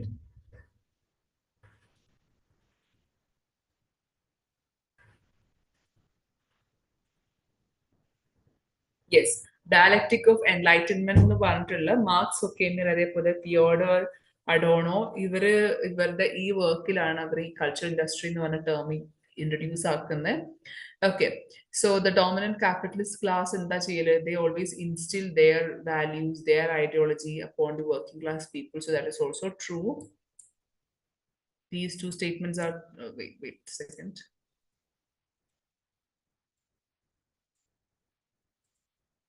These two statements are true. And yes, the word industry signifies the production of cultural products for mass consumption. That is also true. So the false statements are option D and E. Okay. Now, which of the following characteristics of she stoops to conquer is not correct? She stoops to conquer നമുക്ക് എല്ലാവർക്കും അറിയാം Oliver ഗോൾഡ്സ്മിത്തിന്റെ വർക്കാണ്. അപ്പോൾ അതുമായി incorrect ആയിട്ടുള്ള statement കണ്ടുപിടിക്കാനാണ് പറഞ്ഞത്. It is endowed with an ingenious and lively plot. Okay, അതിൽ ഭയങ്കര ലൈവ്ലി ആയിട്ടുള്ള ഇൻജീനിയസ് ആയിട്ടുള്ള പ്ലോട്ട് ഉണ്ട്. It does not cast excellent characters. അതിൽ ഒട്ടും കൊള്ളില്ലാത്ത എക്സലന്റ് ക്യാരക്ടേഴ്സ് ഇല്ല എന്നാണ് പറയുന്നത്. It has a vivacious and delightful style. It lacks restoration grossness. So which statement is incorrect? Obvious ആണ്. It does not cast excellent characters. അതിൽ നല്ല excellent characters തന്നെയാണ് ഉള്ളത്. Okay. Okay. Now, who of the following was the immediate predecessor of drama proper? Okay, അപ്പോൾ proper ഡ്രാമയുടെ predecessor ആരാന്നാണ് ചോദ്യം. The interlude, morality play, miracle play, liturgical play. The correct answer is the interlude. Okay, proper ഡ്രാമയുടെ predecessor actually interlude ആയിരുന്നു. Now here we have a match the following. List 1 we have some literary terms. List 2 definition. List 1 okay, A, ambivalence. Okay, then magical realism, abrogation, miscegenation. Okay, so what is ambivalence? Ambivalence is actually rejection of normative concept of correct or standard, marriage or cohabitation of persons of different race, then complex mix of attraction and repulsion. Okay, yes, ambivalence is option 3. A is 3, complex mix of attraction and repulsion. Now this ambivalence ആണ് ഈ term introduce ചെയ്യുന്നത് Homi K ബാബയാണ്. Okay, അതായത് കൊളനൈസറിനോടുള്ള നമ്മളെ കൊളനൈസ് ചെയ്ത ആൾക്കാരോട് നമുക്കുള്ള ഒരു mixed kind of ഒരു ഫീലിംഗ്. വി ഹാവ് ബോത്ത് അവരുടെ റെസ്പെക്റ്റും ഉണ്ട്, at the same time hated, അട്രാക്ഷനും റിപ്പൾഷനും, ഇത് രണ്ടും ഉണ്ട്. മിക്സ്ഡ് കൈൻഡ് ഓഫ് ഫീലിംഗ് ആണ്. That is ambivalence. Then magic realism. Okay, this is very easy. Inclusion of fantastic or mythical elements into seemingly realistic fiction. അതായത് magic plus realism. Realistic fiction ആണ്, പക്ഷെ അതിൽ എന്താണ് കുറച്ച് fantastic elements അല്ലെങ്കിൽ കുറച്ച് magic add ചെയ്യുന്നു. And then abrogation, this is rejection of a normative concept of correct or standard. Miscegenation നമ്മൾ ഓൾറെഡി ഈ ഒരു ക്വസ്റ്റ്യൻ പേപ്പറിൽ തന്നെ miscegenation നമ്മൾ ഓൾറെഡി ഒരു ഇതിൽ നമ്മൾ ഡിസ്കസ് ചെയ്തിട്ടുണ്ടായിരുന്നു. അതായത് ഇറ്റ് ഈസ് ആക്ച്വലി രണ്ട് ഡിഫറെന്റ് റേസിലെ ആൾക്കാർ തമ്മിലുള്ള marriage or cohabitation by persons of different race. That is miscegenation. Okay. All right. So A3, B4, C1 and D2. A3, B4, C1 and D2. Yes, that's true. Now, again, വീണ്ടും ഒരു match the following ആണ്. Okay, നമുക്ക് ക്യാരക്ടേഴ്സും അവർ belong ചെയ്യുന്ന വർക്കും ആണ്. Christophine, Zillah, Estella, Ekwefi, Wuthering Heights, Wide Sargasso Sea, Things Fall Apart, Great Expectations. Okay. So Christophine പറഞ്ഞ character, she is from White Sargasso Sea. അതേപോലെ തന്നെ Estella is from, yes, yeah, Zilla is a character from Wuthering Heights. Is it from Wuthering Heights? Yes. Yeah, she's a servant. Estella is a character from Great Expectations, and Equifi is a character from Things Fall Apart by Chinua Achebe. Okay. Yes, A2, B1, C4, and D3. Yes, Christophine, this is a character from Jean Rhys in the novel White Sargasso Sea. Then Zilla is a servant at Wuthering Heights. Okay. Emily Bronte's Wuthering Heights character servant Anna Zilla. Estella is a central character in Charles Dickens' novel Great Expectations. Okay, Estella is the beautiful and cold adopted daughter of Miss Havisham, who Pips fall in love with. Pinnequefi is one of the wives of the protagonist Okonkwo in Chinua Achebe's novel Things Fall Apart. Okay. Now, Sharan Kumar Limbale argues that Dalit literature is unique because Sharan Kumar Limbale is a very important work towards an aesthetics of Dalit literature. It's a seminal text regarding the Dalit literature. Padil Adeham Parana statements and Dalit literature. What is Dalit aesthetics? Okay. So the one with the statement okay, so Dalit literature unique why? This brings out the Dalit reality, which is liminal in time and space. Okay, that is true. This has unique historical and ideological concerns. This offers literary and cultural representations of marginalized and disposed people. True. This brings out narratives and discourses of pity. That is wrong. Okay, കാരണം Dalit literature is not about, വെറും ആൾക്കാർക്കിടയിൽ കുറെ pity കൊണ്ടുവരിക, അതല്ല അവരുടെ main ഉദ്ദേശം. And it uses disrespectful and offensive language towards revered figures. No, revered figures. That is incorrect.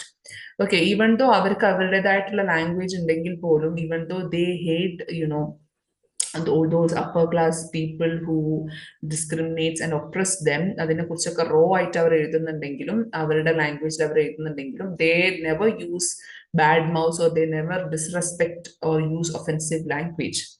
Okay, so the correct statement is A, B, and C. Okay.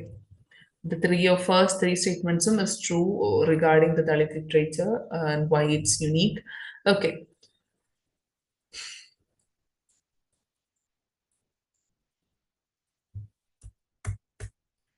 Okay. Now, what is not true about D.H. Lawrence's Sons and Lovers? D.H. Lawrence in the വളരെ famous ആയിട്ടുള്ള നോവലാണ് Sons and Lovers. It's a semi-autobiographical work. Okay. Yes, statement 1 is true. Sons and Lovers is a semi-autobiographical novel. That's true. But true അല്ലാത്ത statements കണ്ടുപിടിക്കാനാണ് നമ്മളോട് പറഞ്ഞത്. It's a psychological study of the familial and love relationships of a working class English family. That is true. This is true. Statement 1 is true. Statement B is true. The film adaptation of the novel was directed by Jack Cardiff. That is also true.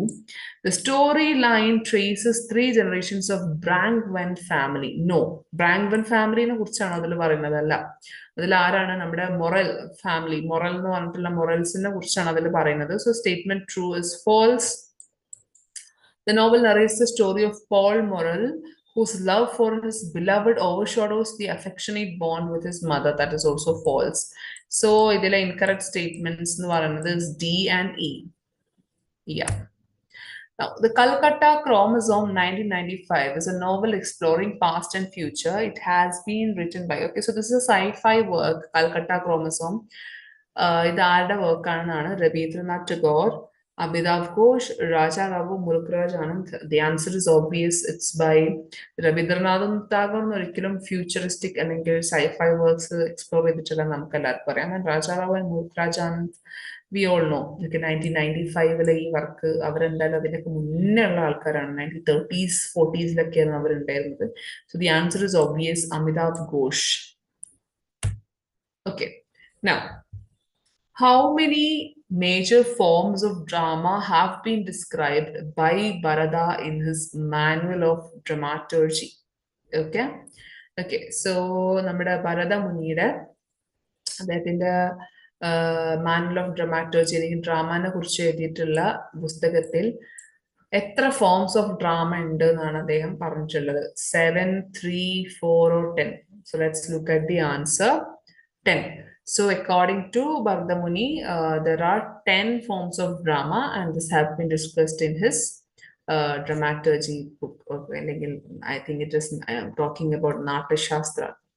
Okay, now what is the correct order of publication of the novels of Charles Dickens? Charles Dickens in the കഴിഞ്ഞ ക്ലാസ്സിൽ ഞാൻ പറഞ്ഞിട്ടുണ്ടായിരുന്നു, Victorian novels, especially Charles Dickens in the അതേപോലെ Thomas hardy, George Eliot, ഇവരുടെയൊക്കെ any question പേപ്പറിൽ ഇതിൽ ഏതെങ്കിലും ഒരാളുടെ നോവൽസിന്റെ ക്രോണോളജിക്കൽ ഓർഡറോ എന്തെങ്കിലുമൊക്കെ ചോദിക്കാൻ ചാൻസ് ഉണ്ട്.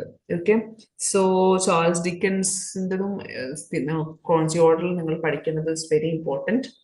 ഓക്കെ, ഇപ്പം അതിന്റെ മുന്നേ ഒരു പ്രാവശ്യം കഴിഞ്ഞ ക്വസ്റ്റ്യൻ പേപ്പർ ഡിസ്കഷനിൽ ജോർജ് എലിയറ്റിന്റെ വർക്ക് ചോദിച്ചിട്ടുണ്ടായിരുന്നു, അതേപോലെ Thomas Hardy.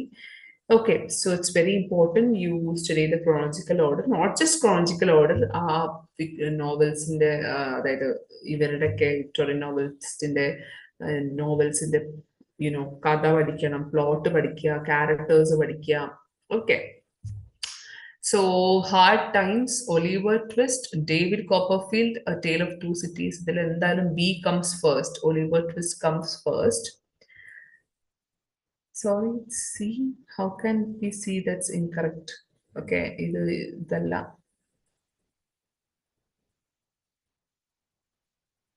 Okay, this is dropped question. I guess option തെറ്റാണ്. So correct order ഇങ്ങനെയാണ് എന്തായാലും. Oliver Twist comes first. Okay. Oliver Twist comes first. അത് കഴിഞ്ഞിട്ട് yeah, David Copperfield. Okay, Oliver Twist വരുന്നത് 1837 serialized ഫോമിലാണ് ഇപ്പോൾ വരുന്നത്. You know that, right? So 1837 അതിന്റെ ഫസ്റ്റ് പബ്ലിക്കേഷൻ വരുന്നത്. പിന്നെ David Copperfield 1849, hard times 1854, and A tale of two cities 1859. Okay, so this is how it goes. Okay, what is the correct chronological order of publication of the text given under? Okay, so we have a chronological order arrange ചെയ്യാനുള്ള question ആണ്. R.K. Narayan's novel, The Financial Expert, Manohar Malgonkar's novel, A Bend in the Ganges, then Raja Rao's Kandapura, Shashi Tharoor's The Great Indian Novel, Arundhati Roy's The God of Small Things. See, ഈ ഒരു question ഒക്കെ നിങ്ങൾക്ക് easy ആയിട്ട് solve ചെയ്യാൻ പറ്റും. Because ഇപ്പൊ നമുക്ക് എല്ലാവർക്കും അറിയാം അരുന്ധതി റോയ് ഒക്കെ വളരെ ലേറ്റസ്റ്റ് ആയിട്ടുള്ള, ഐ മീൻ ഈ കൂട്ടത്തിൽ ഏറ്റവും ലേറ്റസ്റ്റ് ആയിട്ടുള്ള ആളാണ്. അതേപോലെ Shashi Tharoor also. Okay, great Indian novel we all know. അപ്പൊ ഇതിൽ ഏറ്റവും ഓൾഡി ആയിട്ട് നമുക്ക് പറയാൻ പറ്റുക രാജാ റാവുവിന്റെ കാന്തപുര. ഇറ്റ് കംസ് അറൌണ്ട് 1937 ആ ഒരു സമയത്താണ്. So C comes first. നമുക്ക് ഓപ്ഷനിൽ പോയി നോക്കാം. ഓക്കെ, സോ ഇതാണ് സി ഫസ്റ്റ് വരുന്ന ആകെയുള്ള ഓപ്ഷൻ ഇത് മാത്രമാണ്. So 3 is the correct answer. Okay, so ഡിയും ഇയും എന്തായാലും ലാസ്റ്റ് ആണ് വരിക. ഓക്കെ, ശശി തരൂരിന്റെ ഗ്രേറ്റ് ഇന്ത്യൻ നോവൽ അതിന് കഴിഞ്ഞിട്ടാണ് അരുന്ധതി റോയുടെ God of Small Things. And then first വരുന്നത് C, then comes B and A and B. Yeah, A and B. Okay. All right. Raja Ravada Kandapura 1938 വരുന്നത്. പിന്നെ R.K. Narayan's Financial Expert 1952. പിന്നെ Manohar Malgokar's A Bend in the Ganges 1964. Shashi Tharoor The Great Indian Novel comes in 1989. And Arundhati Roy The God of Small Things 1997. So this is how you do it. Okay, ഇങ്ങനത്തെ chronology questions ഒക്കെ നിങ്ങൾക്ക് ആ തന്നിട്ടുള്ള ഓതേഴ്സിന്റെ പേരൊക്കെ നോക്കിയിട്ട് അവരുടെ ഒരു time line വെച്ചിട്ട് നിങ്ങൾക്ക് തന്നെ ഈസി ആയിട്ട് അത് ഗസ് ചെയ്യാൻ പറ്റും. Okay, it is not possible. Okay, it is not possible chronological ഓർഡറിൽ എല്ലാതും ഇങ്ങനെ ബൈഹാർട്ട് ചെയ്ത് പഠിക്കുക, അതേപോലെ ഒരു പുസ്തകത്തിന്റെ ഇയർ പഠിക്കുക എന്നുള്ളത് ഇറ്റ്സ് നോട്ട് പോസിബിൾ. പക്ഷേ ദീസ് ട്രിക്സ് ഹെൽപ്സ്. ഓക്കെ, നിങ്ങൾ വൃത്തിക്ക് നിങ്ങൾക്ക് ഓരോ ഓതറിന്റെയും അവർ ഏത് എറയിലാണ് വരുന്നത് എന്നുള്ളത് ഒരു ഐഡിയ ഉണ്ടെന്നുണ്ടെങ്കിൽ ഇത്തരത്തിലുള്ള ക്വസ്റ്റ്യൻസ് ഇങ്ങനെ പുസ്തകങ്ങൾ വരുമ്പോൾ നിങ്ങൾക്ക് അങ്ങനെ നിങ്ങൾക്ക് ലോജിക് വെച്ചിട്ട് നിങ്ങൾക്ക് അറേഞ്ച് ചെയ്യാവുന്നതാണ്. ഓക്കെ,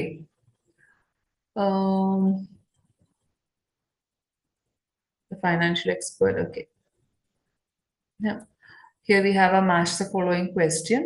Novel, അതേപോലെ നോവൽ സബ് ടൈറ്റിൽസ്. ഇത് ഞാൻ കഴിഞ്ഞ ക്ലാസ്സിൽ പറഞ്ഞിട്ടുണ്ടായിരുന്നു. നിങ്ങൾ ഏതൊരു നോവൽ പഠിക്കുമ്പോൾ ഫസ്റ്റ് തിങ് നിങ്ങൾ ആദ്യം ഓതർ ആരാ നോക്കുക.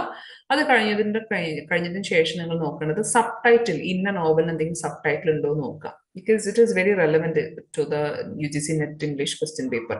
ഓക്കെ, സബ് ടൈറ്റിൽസ് ചോദിക്കാറുണ്ട്. കഴിഞ്ഞ നമ്മൾ ഡിസ്കസ് ചെയ്ത 2 ക്വസ്റ്റ്യൻ പേപ്പറിൽ സബ് ടൈറ്റിൽസ് ചോദിച്ചിട്ടുണ്ടായിരുന്നു. ആൻഡ് ഇതില് ഫ്രാങ്കൻസ്റ്റൈൻ ഒക്കെ റിപ്പീറ്റഡ് ആണ്. ഓക്കെ, മുൻപ് ചോദിച്ചിട്ടുണ്ട്.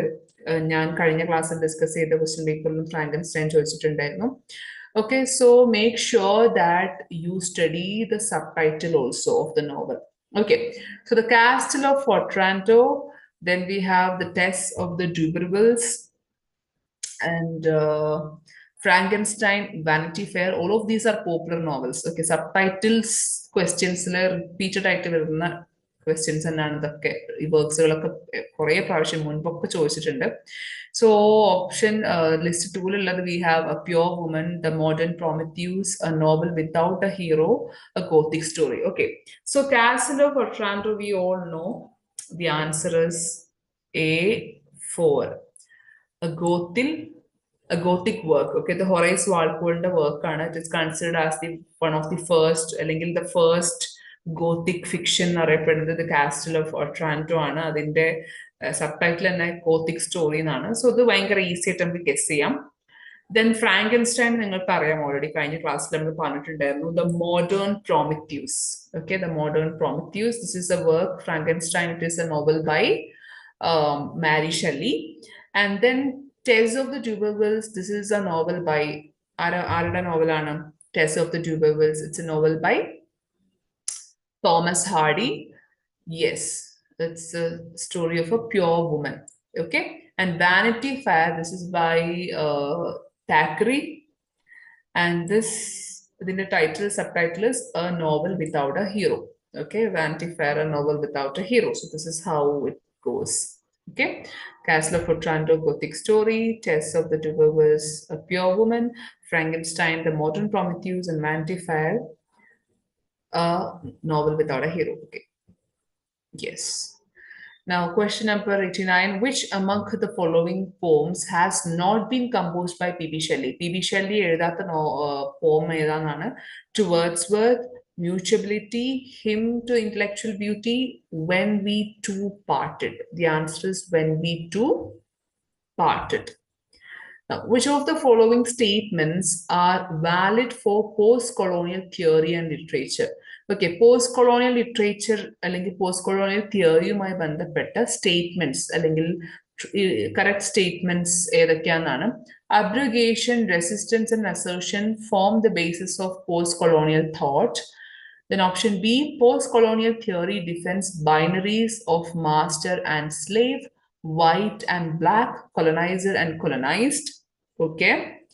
Then Weep Not, Child is the first, Weep Not Child, okay. Weep Not Child is the first novel in English by an East African writer, Mungi wa Thiango.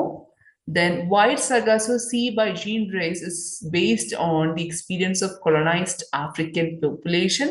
Homike Baba, Edward Said, and Gayatri Spivak are important post-colonial thinkers. So this is correct.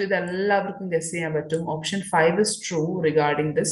Okay, these three, Homike Baba, Edward Said, Gayatri Spivak, they are known as the Trimurtis or the trios of post-colonial literature. So 5 is correct. Okay, and let's look at the correct answer. A, C, and E. Yes, abrogation, resistance, and assertion, these form the basis of post-colonial thought. And yes, B is incorrect.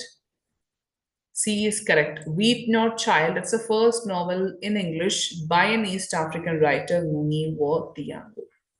Okay, so yes, that's all. With that, we are winding up our paper discussion here. So thank you all for watching.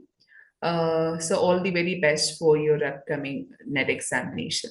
Thank you for being here.